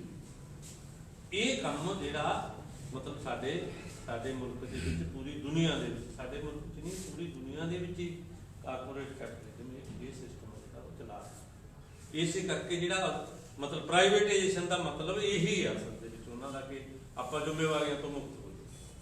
ਹੁਣ ਪਹਿਲਾਂ ਇਹ ਹੁੰਦਾ ਜੇ ਐਕਸੀਡੈਂਟ ਹੋ ਜਾਂਦਾ, ਜਿਹੜਾ ਲਾਲ ਬਹਾਦਰ ਸ਼ਾਸਤਰੀ ਨੂੰ ਵੀ ਦੇਖੋ ਜਦੋਂ ਉਹ ਰੇਲ ਮੰਤਰੀ ਸੀ, ਅਸਤੀਫਾ ਦੇਣਾ ਪੈ ਗਿਆ ਸੀ। ਆਪਣੇ ਐਕਸੀਡੈਂਟ ਹੋ ਜੇ ਆਪਣੇ ਵੀ ਇਹ ਡਿਮਾਂਡ ਤਾਂ ਉੱਥੇ ਖੜਦੇ ਆ ਕਿ ਰੇਲ ਮੰਤਰੀ ਅਸਤੀਫਾ ਦੇਵੇ। ਹੁਣ ਜਦੋਂ ਪ੍ਰਾਈਵੇਟ ਕਰਦੇ ਨੇ ਇਹਨਾਂ ਦੇ ਸਾਰੇ ਦੀ ਸਾਰੇ, ਕਿਸੇ ਮੰਤਰੀ ਨੂੰ ਅਸਤੀਫਾ ਦੇਣ ਦੀ ਲੋੜ ਨਹੀਂ, ਔਰ ਮੰਤਰੀ ਦੀ ਸਮਾਂ ਚੱਲੂਗੀ ਵੀ ਦੱਸੋ ਕਿਹੜੀ ਡਿਵੀਜ਼ਨ 'ਚ ਕੀ ਹੋਇਆ, ਕਿਹੜਾ ਗੁਨਾਹਗਾਰ ਆ, ਨਾਲ ਦੀ ਨਾਲ ਇਨਕੁਆਇਰੀ ਹੋ ਜੂ, ਨਾਲ ਦੀ ਨਾਲ ਮਤਲਬ ਫਟਾਫਟ ਜਿਹੜੇ ਉਹਨਾਂ ਦੀਆਂ ਬਦਲੀਆਂ ਹੋ ਜਾਣਗੀਆਂ, ਜਿਹੜੇ ਉੱਤੇ ਕਰਮਚਾਰੀ ਨੇ ਜੇ ਉਹ, ਔਰ ਨਾਲ ਦੀ ਨਾਲ ਉਹਨਾਂ ਨੂੰ ਇਹ ਕਿਹਾ ਜਾਊ ਕਿ ਇੰਨੀ ਕੰਪਨਸੇਸ਼ਨ ਦਿਓ ਜਿਨ੍ਹਾਂ ਦਾ ਨੁਕਸਾਨ ਹੋਇਆ, ਮਰ ਗਿਆ ਨੂੰ ਇੰਨੇ ਦਿਓ, ਔਰ ਜਿਹੜਾ ਦੇ ਸੱਟਾਂ ਵੱਜੀਆਂ ਨੇ ਉਹਨਾਂ ਨੂੰ ਇੰਨੇ ਦੇ ਖੁਸ਼ ਹੋ ਜਾਣਗੇ। ਇਸ ਕਰਕੇ ਇਹ ਸਾਰਾ ਕਾਸੇ ਦਾ ਭਾਰ ਆ ਜਿਹੜਾ ਇਹਦੇ ਤੇ ਦੋ ਆ ਕਿ ਉਹ ਆਪ ਜ਼ਿੰਮੇਵਾਰੀ ਤੋਂ ਮੁਕਤ ਹੋ ਰਹੇ ਨੇ, ਸਰਕਾਰ ਆਪ ਸਾਰੀਆਂ ਜ਼ਿੰਮੇਵਾਰੀਆਂ ਤੋਂ ਮੁਕਤ, ਔਰ ਕਾਰਪੋਰੇਟ ਨੂੰ ਪੈਸਾ ਕਮਾਉਣ ਦੀ। ਤਾਂ ਫਿਰ ਇਹ ਨਹੀਂ ਹੈਗਾ ਵੀ ਜਿਹੜੇ 65 ਸਾਲੇ ਨੇ ਉਹਨਾਂ ਨੂੰ ਉਹ ਮਿਲੂਗੀ, ਕੰਸੈਸ਼ਨ ਮਿਲੂਗਾ ਜਦੋਂ ਰੇਲ ਪੂਰੀ ਕਰਾਈ ਗਈ। ਨਾ ਫਿਰ ਇਹ ਨਹੀਂ ਹੈਗਾ ਵੀ ਜਿਹੜੇ ਦੇਸ਼ ਭਗਤ ਨੇ ਉਹਨਾਂ ਨਾਲ ਇੱਕ ਬੰਦਾ ਹੋਰ ਵੀ ਜਾ ਸਕਦਾ। ਇਹ ਸਾਰੇ ਕੰਸੈਸ਼ਨ ਨੇ ਜਿਹੜੇ ਖਤਮ ਹੋਣ ਵਾਲੇ, ਔਰ ਉਹਨਾਂ ਨੇ ਉਹ ਆਪਣੇ ਤਰੀਕੇ ਨਾਲ, ਤੁਸੀਂ ਰਾਜਸਥਾਨ 'ਚ ਦੇਖੋ ਹੁਣ ਰੋਡਵੇਜ਼ ਤੇ ਚੜ੍ਹ ਜੋ ਹੋਰ ਕਰਾਇਆ, ਜਿਹੜੀ ਲੋਕ ਪਰਵਾਹਨ ਆ ਉਹਦੇ ਤੇ ਚੜ੍ਹ ਜੋ ਹੋਰ ਕਰਾਇਆ, ਉਨੀ ਜਗ੍ਹਾ ਉਹੀ ਬੱਸ ਆ, ਉਹੀ ਦੀ ਸੀਟ ਆ, ਉਨੀ ਡੀਜ਼ਲ ਖਾਂਦੇ, ਉਹੀ ਸੜਕ। ਕਿਉਂ ਆ ਰਿਹਾ ਉਹਨਾਂ ਨੂੰ ਪਤਾ ਕੋਈ ਮਤਲਬ ਰੂਲ ਰੈਗੂਲੇਸ਼ਨ ਹੀ ਨਹੀਂ ਚੱਲ ਰਿਹਾ ਕੋਈ। ਇਸ ਕਰਕੇ ਇਹ ਆ ਜਿਹੜਾ ਮਤਲਬ ਪ੍ਰਾਈਵੇਟ ਕਿਉਂ ਕਰ ਰਹੇ ਨੇ, ਉਹਦੇ ਸਿਰਫ ਦੋ ਹੀ ਕਾਰਨ ਨੇ ਕਿ ਜਿਹੜੇ ਬੜੇ ਕੈਪੀਟਲਿਸਟ ਨੇ ਉਹਨਾਂ ਨੂੰ ਮੁਨਾਫਾ ਕਮਾਉਣ ਦੀ ਖੁੱਲ੍ਹ ਦੇਣੀ ਆ, ਔਰ ਉਹਨਾਂ ਨੂੰ ਕੌਡੀਆਂ ਦੇ ਭਾਅ ਸਾਰੇ ਦੇ ਸਾਰੇ ਪ੍ਰੋਜੈਕਟ ਦੇ ਦੇਣੇ ਨੇ ਬਹੁਤ ਹੀ ਸਸਤੇ। ਮਤਲਬ ਉਹਨੂੰ ਜਿੰਨੇ ਦਾ ਇੱਕ ਪ੍ਰੋਜੈਕਟ ਵਿਕ ਰਿਹਾ, ਕਈ ਮਾਮਲਿਆਂ ਦੇ ਵਿੱਚ ਮੈਂ ਦੇਖਿਆ ਆ ਸਾਡੇ ਹੁਣ ਬਠਿੰਡਾ ਥਰਮਲ ਵਿਕਣ ਲੱਗਿਆ, ਮਤਲਬ ਬਠਿੰਡਾ ਥਰਮਲ ਦੀ ਜਿਹੜੀ ਇਹਨਾਂ ਨੇ ਟੋਟਲ ਕੀਮਤ ਪਾਈ ਆ ਉਦੋਂ ਜ਼ਿਆਦਾ ਉਹਦੀ ਕਲੋਨੀ ਦੀ ਜ਼ਮੀਨ ਦੀ ਕੀਮਤ ਆ ਕਦੀ। ਮਤਲਬ ਥਰਮਲ ਕਲੋਨੀ ਆ ਜਿਹੜੀ ਉਹ ਇੰਨੀ ਜਗ੍ਹਾ 'ਚ ਬਸੀ ਹੋਈ ਆ ਔਰ ਇੰਨੇ ਵਧੀਆ ਥਾਂ ਤੇ ਆ। ਜਿਵੇਂ ਕਈ ਵਾਰੀ ਸਾਡੇ ਜਿਹੜੇ ਸੈਂਟਰ ਦੇ ਵਿੱਚ ਜਿਹੜੇ ਬੱਸ ਅੱਡੇ ਆ ਗਏ ਨਾ ਸ਼ਹਿਰਾਂ 'ਚ, ਮਤਲਬ ਉਹ ਬਹੁਤ ਹੀ ਜ਼ਿਆਦਾ ਉਹਨਾਂ ਦੀ ਮਾਰਕੀਟ ਵੈਲਿਊ ਹੋ ਗਈ ਉਸ ਜਗ੍ਹਾ ਦੀ। ਉਹ ਕਹਿਣਗੇ ਦੇਖੋ ਜੀ ਹੁਣ ਮਾਡਰਨ ਬਣਾਵਾਂ, ਮਾਡਰਨ ਕਿੱਥੇ ਬਣਾਉਣਾ, ਉਹ ਸੂਰਤਗੜ੍ਹ ਦੇ ਬਾਹਰ ਕੱਢ ਕੇ ਮਾਡਰਨ ਬਣਾ ਲਓ, ਉੱਥੇ ਜੇ ਫੈਸਿਲਿਟੀ ਦੇ ਦਾਂਗੇ, ਉੱਥੇ ਉਹ ਫੈਸਿਲਿਟੀ ਦੇ ਦਾਂਗੇ। ਯਾਰ ਉਹਦੇ ਨਾਲ ਉਹਦਾ ਪੈਸਾ ਵੀ ਨਹੀਂ ਖਰਚ ਹੁੰਦਾ ਉੱਥੇ, ਕਿਉਂਕਿ ਉਹਦੀ ਕੀਮਤ ਆ, ਉਹ ਤਾਂ ਕੀਮਤ ਹੀ ਅਲੱਗ ਆ ਨਾ ਜਿੱਥੇ ਉਹ ਸੀ ਪਹਿਲਾਂ। ਔਰ ਲੋਕਾਂ ਨੂੰ ਇਹ ਦਿਖਾ ਦੇਣਾ ਵੀ ਯਾਰ ਦੇਖੋ ਬਹੁਤ ਕਮਾਲ ਕਰਤੀ ਯਾਰ, ਇੰਨਾ ਸ਼ਾਨਦਾਰ, ਇੰਨੀਆਂ ਸਹੂਲਤਾਂ, ਬਿਲਕੁਲ ਯੂਰਪ ਵਰਗਾ ਬਣਾਤਾ, ਅਮਰੀਕਾ ਵਰਗਾ ਬੱਸ ਅੱਡਾ ਬਣਾਤਾ। ਉਹ ਪੈਸਾ ਉਹਦੇ ਚੋਂ ਵੀ ਖਾ ਲੈਣਾ, ਕਮਾਉਣਾ। ਇਸ ਕਰਕੇ ਜਿਵੇਂ ਪੰਜਾਬੀ ਚ ਕਹਿੰਦੇ ਨੇ ਵੀ ਪੈਰਾਂ ਭਾਰੀ ਕਰਨਾ ਇਹਨਾਂ ਨੇ, ਤਾਂ ਸਿਰ ਭਰਨੇ ਨਹੀਂ ਕਰਨਾ, सिर पर लेता है ना पब्लिक सुन कर। नमो पॉइंट है सर, नियमों की पालना से छूट। अगर कोई भी नियम बनाएंगे ना कायदे कानून, वो बड़े वालों को लगेगी, वो तो आम जनता पर है।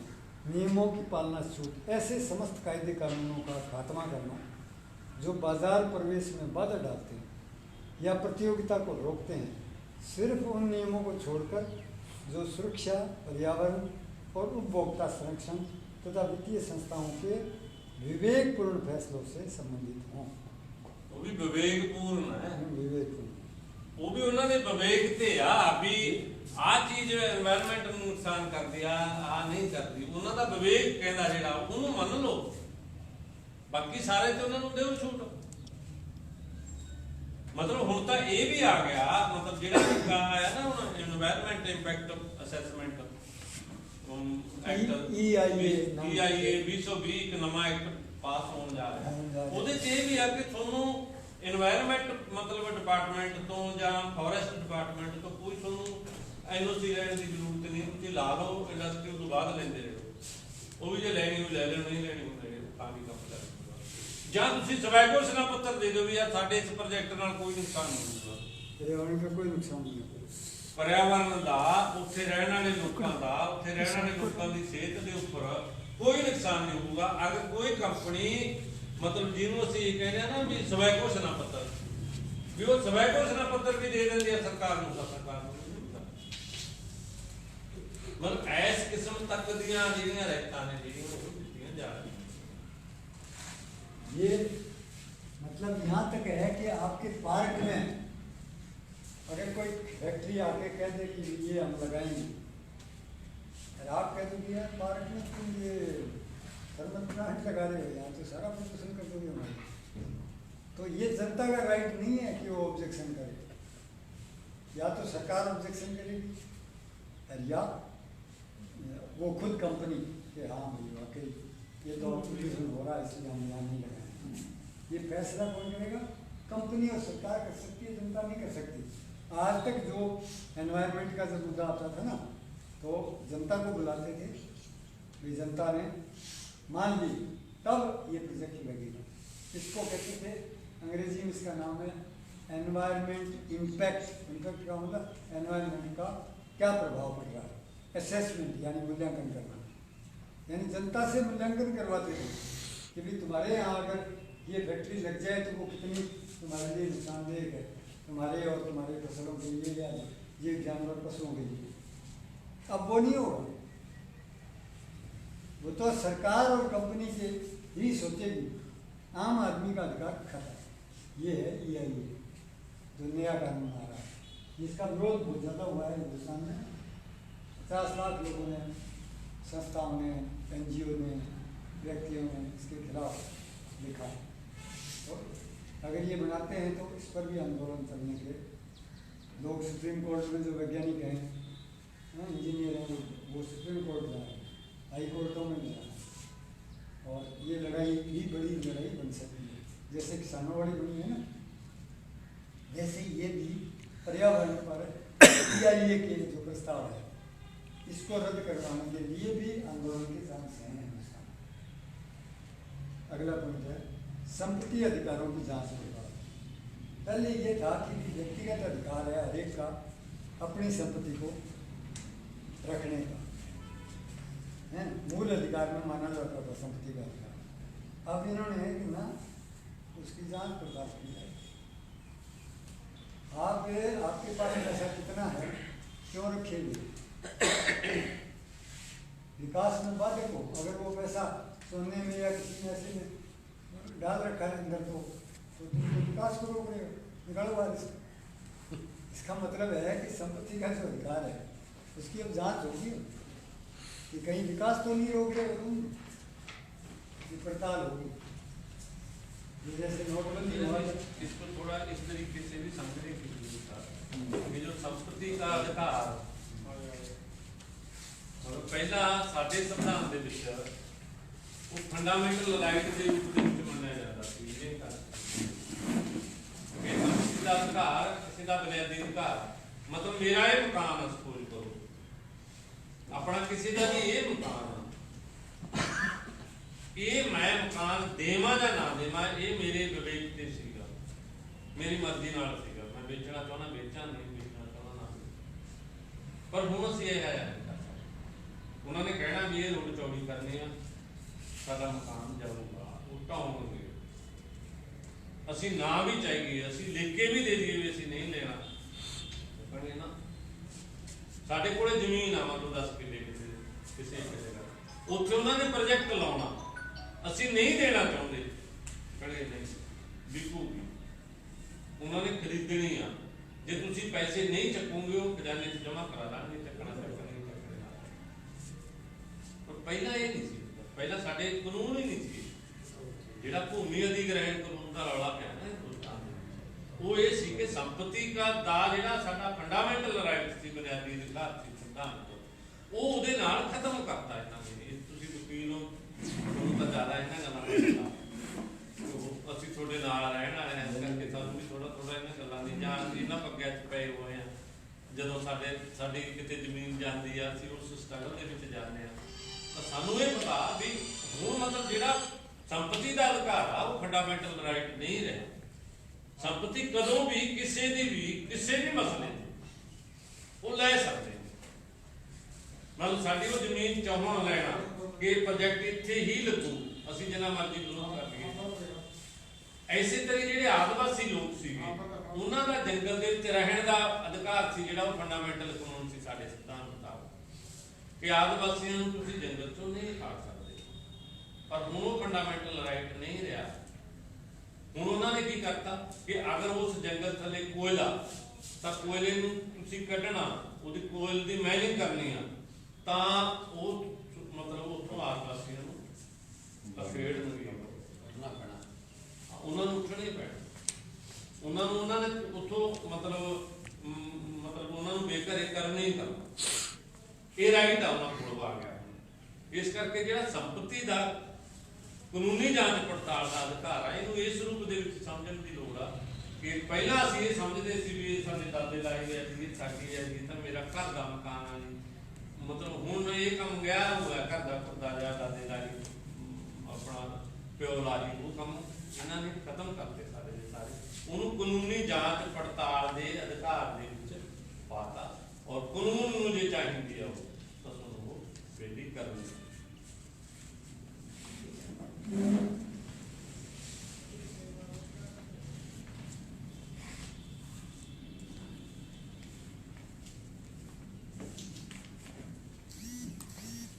और इन्होंने बाद में उसमें ये भी लिखा था कि जो 10 बिंदु जो बताए हैं ना, जो वाशिंगटन सहमति, अमेरिका की सहमति के नाम से सारी दुनिया पर ये 10 बिंदु लगाए, इनको इन 10 बिंदुओं को प्रथम और द्वितीय फेज में अलग अलग करना तथा और अधिक विस्तारित किए जाएंगे। ये आगे वाला जो है वो ये दसेगा इंडिया च किवें इंप्लीमेंटेशन हो रही है। एक अवलोकन, स्थानीय और राष्ट्रीय खासकर भारत में वैश्विक एजेंडा कैसे संचालित हो रहा है। ये जो 10 बातें जो सारी दुनिया के हर देश पर उन्होंने लागू की, उसको भारत में वो कैसे लागू की, उसके भारत के लोग नीचे लिखित सरगर्मियों के गवाह हैं जिनको आजकल देश में चलाया जा रहा है। पहला पॉइंट है इसमें, संरक्षणवादी तथा राज्यवादी संस्थाओं को विघटित अथवा खात्मा करना। उदाहरण के योजना आयोग का विघटन करना। तो प्लानिंग कमीशन था, उसको नीति बना दी ना, national institute for transforming India बना दिया, नीति बना दी, यानी योजना आयोग खत्म कर दिया। रिजर्व बैंक ऑफ इंडिया की मंजूरी के बिना नोटबंदी करना। पहले बिना रिजर्व बैंक की नोट सहमति के नहीं कर सकते थे, और मोदी ने जो नोटबंदी की रिजर्व बैंक की कोई सहमति के बगैर कर।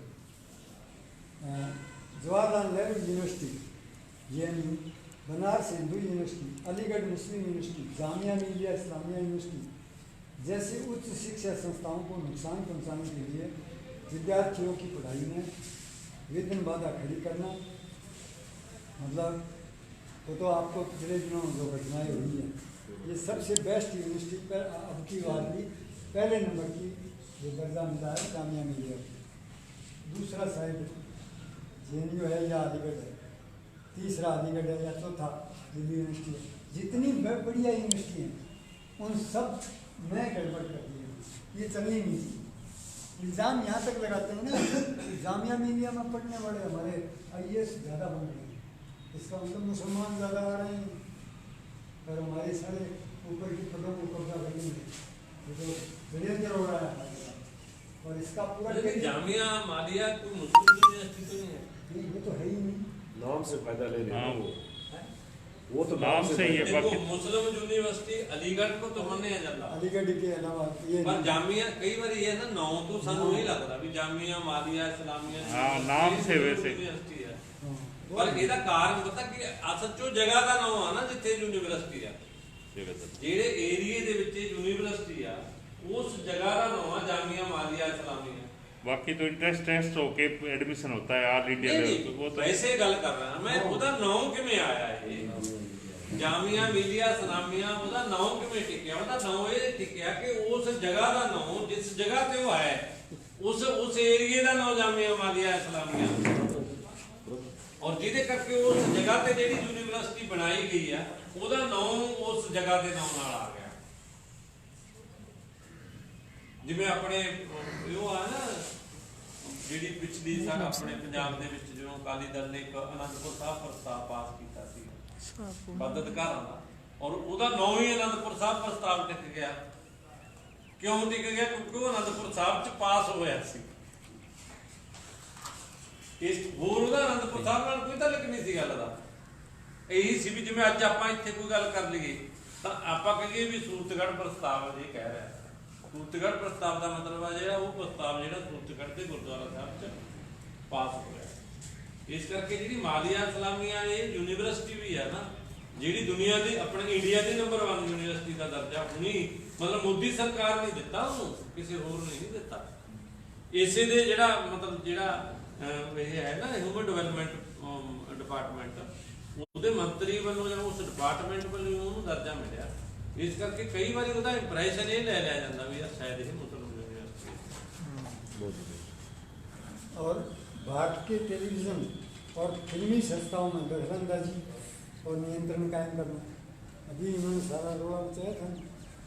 कानून और व्यवस्था की जिम्मेवार एजेंसियों को कानून तोड़ने वाली जितनी एजेंसियां अब आ रही हैं कानून तोड़ रही हैं। हाथरस में तो कितना तोड़ा है, सारा मतलब ही नहीं, ऐसे ऐसे कानून तोड़ दिए। तो कानून और व्यवस्था की जिम्मेवार एजेंसियों को कानून तोड़ने वाली एवं अशांति तथा अव्यवस्था फैलाने वाली संस्थाओं में बदलना, गैरी राजकीय एजेंसियों को शिकारी कुत्तों में कुतियों में बदल दिया गया है। मतलब इनको शिकार करने वाली एजेंसी बना दी। ਉਹਨੂੰ ਮਗਰ ਲਾਉਂਦੇ ਨੇ ਨਾ ਇਹ। मगर लाओ ਸ਼ਿਕਾਰੀ ਕੁੱਤਾ ਦਾ ਮਤਲਬ ਕੀ ਹੁੰਦਾ? ਜਿਹੜਾ ਸ਼ਿਕਾਰ ਕਰਦਾ। हाँ ਅੱਜ ਈਡੀ ਆ, ਈਡੀ ਕੀ ਆ? ਕੋਈ ਥੋੜਾ ਜਿਹਾ ਹੁਣ ਤੁਸੀਂ ਹੋਰ ਦੇਖੋ हाँ ਪੰਜਾਬ ਦੇ ਵਿੱਚ ਕਿਸਾਨ ਅੰਦੋਲਨ ਚੱਲ ਰਿਹਾ। हाँ ਸੱਜਣ ਜੀ ਉਹਦੇ ਚ ਜਿਹੜੇ ਕਲਾਕਾਰ ਨੇ, ਜਿਹੜੇ ਮਤਲਬ ਜ਼ਿਆਦਾ ਪ੍ਰੋਮੀਨੈਂਟ ਨੇਗੇ, ਉਹ ਸਿੱਧੇ ਆ ਗਏ। हाँ ਠੀਕ, ਔਰ ਉਹਨਾਂ ਨੇ ਸਿੱਧੇ ਆ ਕੇ ਅੰਦੋਲਨ ਦੇ ਹੱਕ ਦੇ ਵਿੱਚ ਗਾਉਣਾ ਵੀ ਸ਼ੁਰੂ ਕਰਤਾ, ਅੰਦੋਲਨ ਦੇ ਹੱਕ ਚ ਧਰਨੇ ਲਾਉਣੇ ਵੀ ਸ਼ੁਰੂ ਕਰਤੇ ਹੈ। ਔਰ ਸਾਰਿਆਂ ਦੇ ਈਡੀ ਦੇ ਛਾਪੇ ਪੈ ਰਹੇ ਨੇ ਉਹਨਾਂ ਤੇ, ਕਿਉਂਕਿ ਉਹਨਾਂ ਕੋਲ 2 ਨੰਬਰ ਦਾ ਪੈਸਾ ਤਾਂ ਹੈਗਾ ਹੀ ਆ, ਕਿਉਂਕਿ ਉਹਨਾਂ ਨੇ ਬਹੁਤ ਪੈਸਾ ਕਮਾਇਆ ਇਹਦੇ ਚੋਂ ਆਪਣੀ ਕਲਾਕਾਰੀ ਦੇ ਵਿੱਚੋਂ।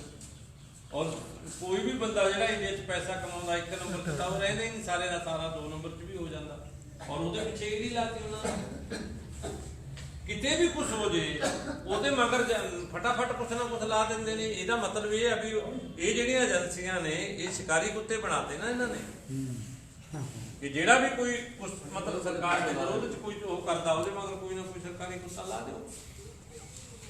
ਔਰ ਇਹ ਜਿਹੜੀਆਂ ਖੁਦ ਏਜੰਸੀਆਂ ਨੇ ਜਿਨ੍ਹਾਂ ਨੂੰ ਕਾਨੂੰਨ ਦੀ ਰੱਖਿਆ ਕਰਨ ਲਈ ਬਣਾਇਆ, ਦੇਖੋ ਉਹ ਉਹਨਾਂ ਦੀਆਂ ਕਾਰਵਾਈਆਂ ਦੇਖੋ ਤੁਸੀਂ ਕੀ ਆ।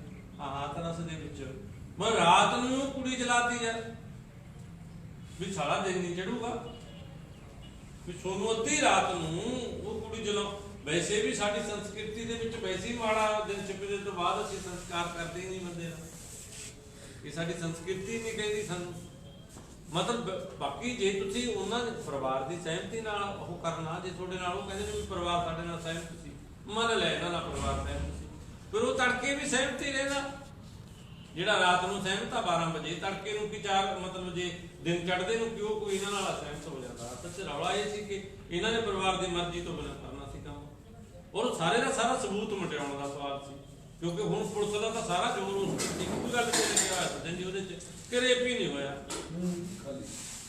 ਔਰ ਰੇਪ ਕਿਉਂ ਨਹੀਂ ਹੋਇਆ? ਕਿਉਂਕਿ ਕਹਿੰਦੇ ਸੀਮਨ ਹੀ ਨਹੀਂ ਮਿਲਿਆ, ਸੀਮਨ ਸੈਂਪਲ 'ਚ ਨਹੀਂ ਆਇਆ। ਜਦੋਂ ਕਿ ਉਹ ਜਿਹੜੇ 2 ਡਾਕਟਰ ਜਿਨ੍ਹਾਂ ਨੇ ਮਤਲਬ ਉਹਦਾ ਪੋਸਟਮਾਰਟਮ ਕੀਤਾ, ਉਹ ਕਹਿੰਦੇ ਯਾਰ ਮਤਲਬ ਇਹ ਇੱਕ ਲਿਮਟ ਹੁੰਦਾ, ਟਾਈਮ ਲਿਮਟ ਹੁੰਦਾ। ਜੇ ਉਸ ਟਾਈਮ ਲਿਮਟ ਦੇ ਵਿੱਚ ਕਿਸੇ ਮਤਲਬ ਅਸੀਂ ਬੰਦੇ ਦਾ ਜਾਂ ਔਰਤ ਦਾ ਉਹ ਕਰਦੇ ਆ ਨਾ, ਫਿਰ ਸੀਮਨ ਦਾ ਉਹ ਆਉਂਦਾ, ਸੈਂਪਲਿੰਗ ਹੁੰਦੀ ਆ। ਜਿਹੜੇ ਹਿਸਾਬ ਨਾਲ ਤੁਸੀਂ ਉਹਨੂੰ 5 ਦਿਨਾਂ ਬਾਅਦ ਲੈ ਕੇ ਆਏ ਹੋ, ਉਹਦੇ 'ਚ ਇਹ ਕੋਈ ਸ਼ਰਤ ਹੀ ਨਹੀਂ ਆ ਸਕਦੀ ਵੀ ਸੀਮਨ ਨਹੀਂ ਮਿਲਿਆ ਇਸ ਕਰਕੇ ਬਲਾਤਕਾਰ ਨਹੀਂ ਹੋਇਆ। ਔਰ ਉਹ ਦੋਨੇ ਦੇ ਦੋਨੇ ਡਾਕਟਰ ਨੇ ਜਿਹੜੇ ਉਹ ਨੌਕਰੀ ਤੋਂ ਕੱਢਤੇ। ਅਲੀਗੜ੍ਹ ਯੂਨੀਵਰਸਿਟੀ ਦਾ ਜਿਹੜਾ ਮੈਡੀਕਲ ਮਤਲਬ ਹਸਪਤਾਲ ਆ, ਉਹਦੇ ਵਿੱਚ ਹੀ ਉਹ ਕੁੜੀ ਦਾ ਹੋਇਆ ਨਾ ਪੋਸਟਮਾਰਟਮ। ਔਰ ਉਹਨਾਂ ਨੇ ਕਹਿੰਦਾ ਵੀ ਯਾਰ ਇਹ ਕੋਈ ਗੱਲ ਆ ਪੁਲਿਸ ਦੀ? 5 ਦਿਨਾਂ ਬਾਅਦ ਤੁਸੀਂ ਲੈ ਕੇ ਆਏ ਹੋ ਮੈਡੀਕਲ ਕਰਾਉਣ ਲਈ ਉਹਦਾ, 5 ਦਿਨਾਂ ਬਾਅਦ ਸੀ ਮੈਨੂੰ ਆ ਹੋ ਹੀ ਨਹੀਂ ਸਕਦਾ, ਆ ਹੀ ਨਹੀਂ ਸਕਦਾ। ਔਰ ਉਹ ਕਹਿੰਦੇ ਬਲਾਤਕਾਰ ਹੋਇਆ। ਹੁਣ ਪੁਲਿਸ ਦਾ ਇਹੀ ਜ਼ੋਰ ਲੱਗਿਆ ਪਿਆ ਵੀ ਪੁਲਿਸ ਨੂੰ ਕੀ ਆ, ਬਲਾਤਕਾਰੀ ਤਾਂ ਇਸ ਗੱਲ ਨੂੰ ਕਹੇ ਵੀ ਯਾਰ ਨਹੀਂ ਹੋਇਆ, ਜੇ ਉਹਦਾ ਵਕੀਲ ਕਹੇ ਉਹਨਾਂ ਨੂੰ ਹੱਕ ਆ ਕਹਿਣ ਦਾ, ਪੁਲਿਸ ਨੂੰ ਕੀ ਹੱਕ ਆ? ਪੁਲਿਸ ਦਾ ਤਾਂ ਹੱਕ ਇਹ ਹੈ ਵੀ ਯਾਰ ਜਿੱਦਾਂ ਸਾਨੂੰ ਪਤਾ ਲੱਗਿਆ ਕੋਰਟ ਨੂੰ ਪੇਸ਼ ਕਰੇ, ਸਾਹਮਣੇ ਆਪਣਾ ਕੇਸ ਪਰਸੂ ਕਰਦੇ।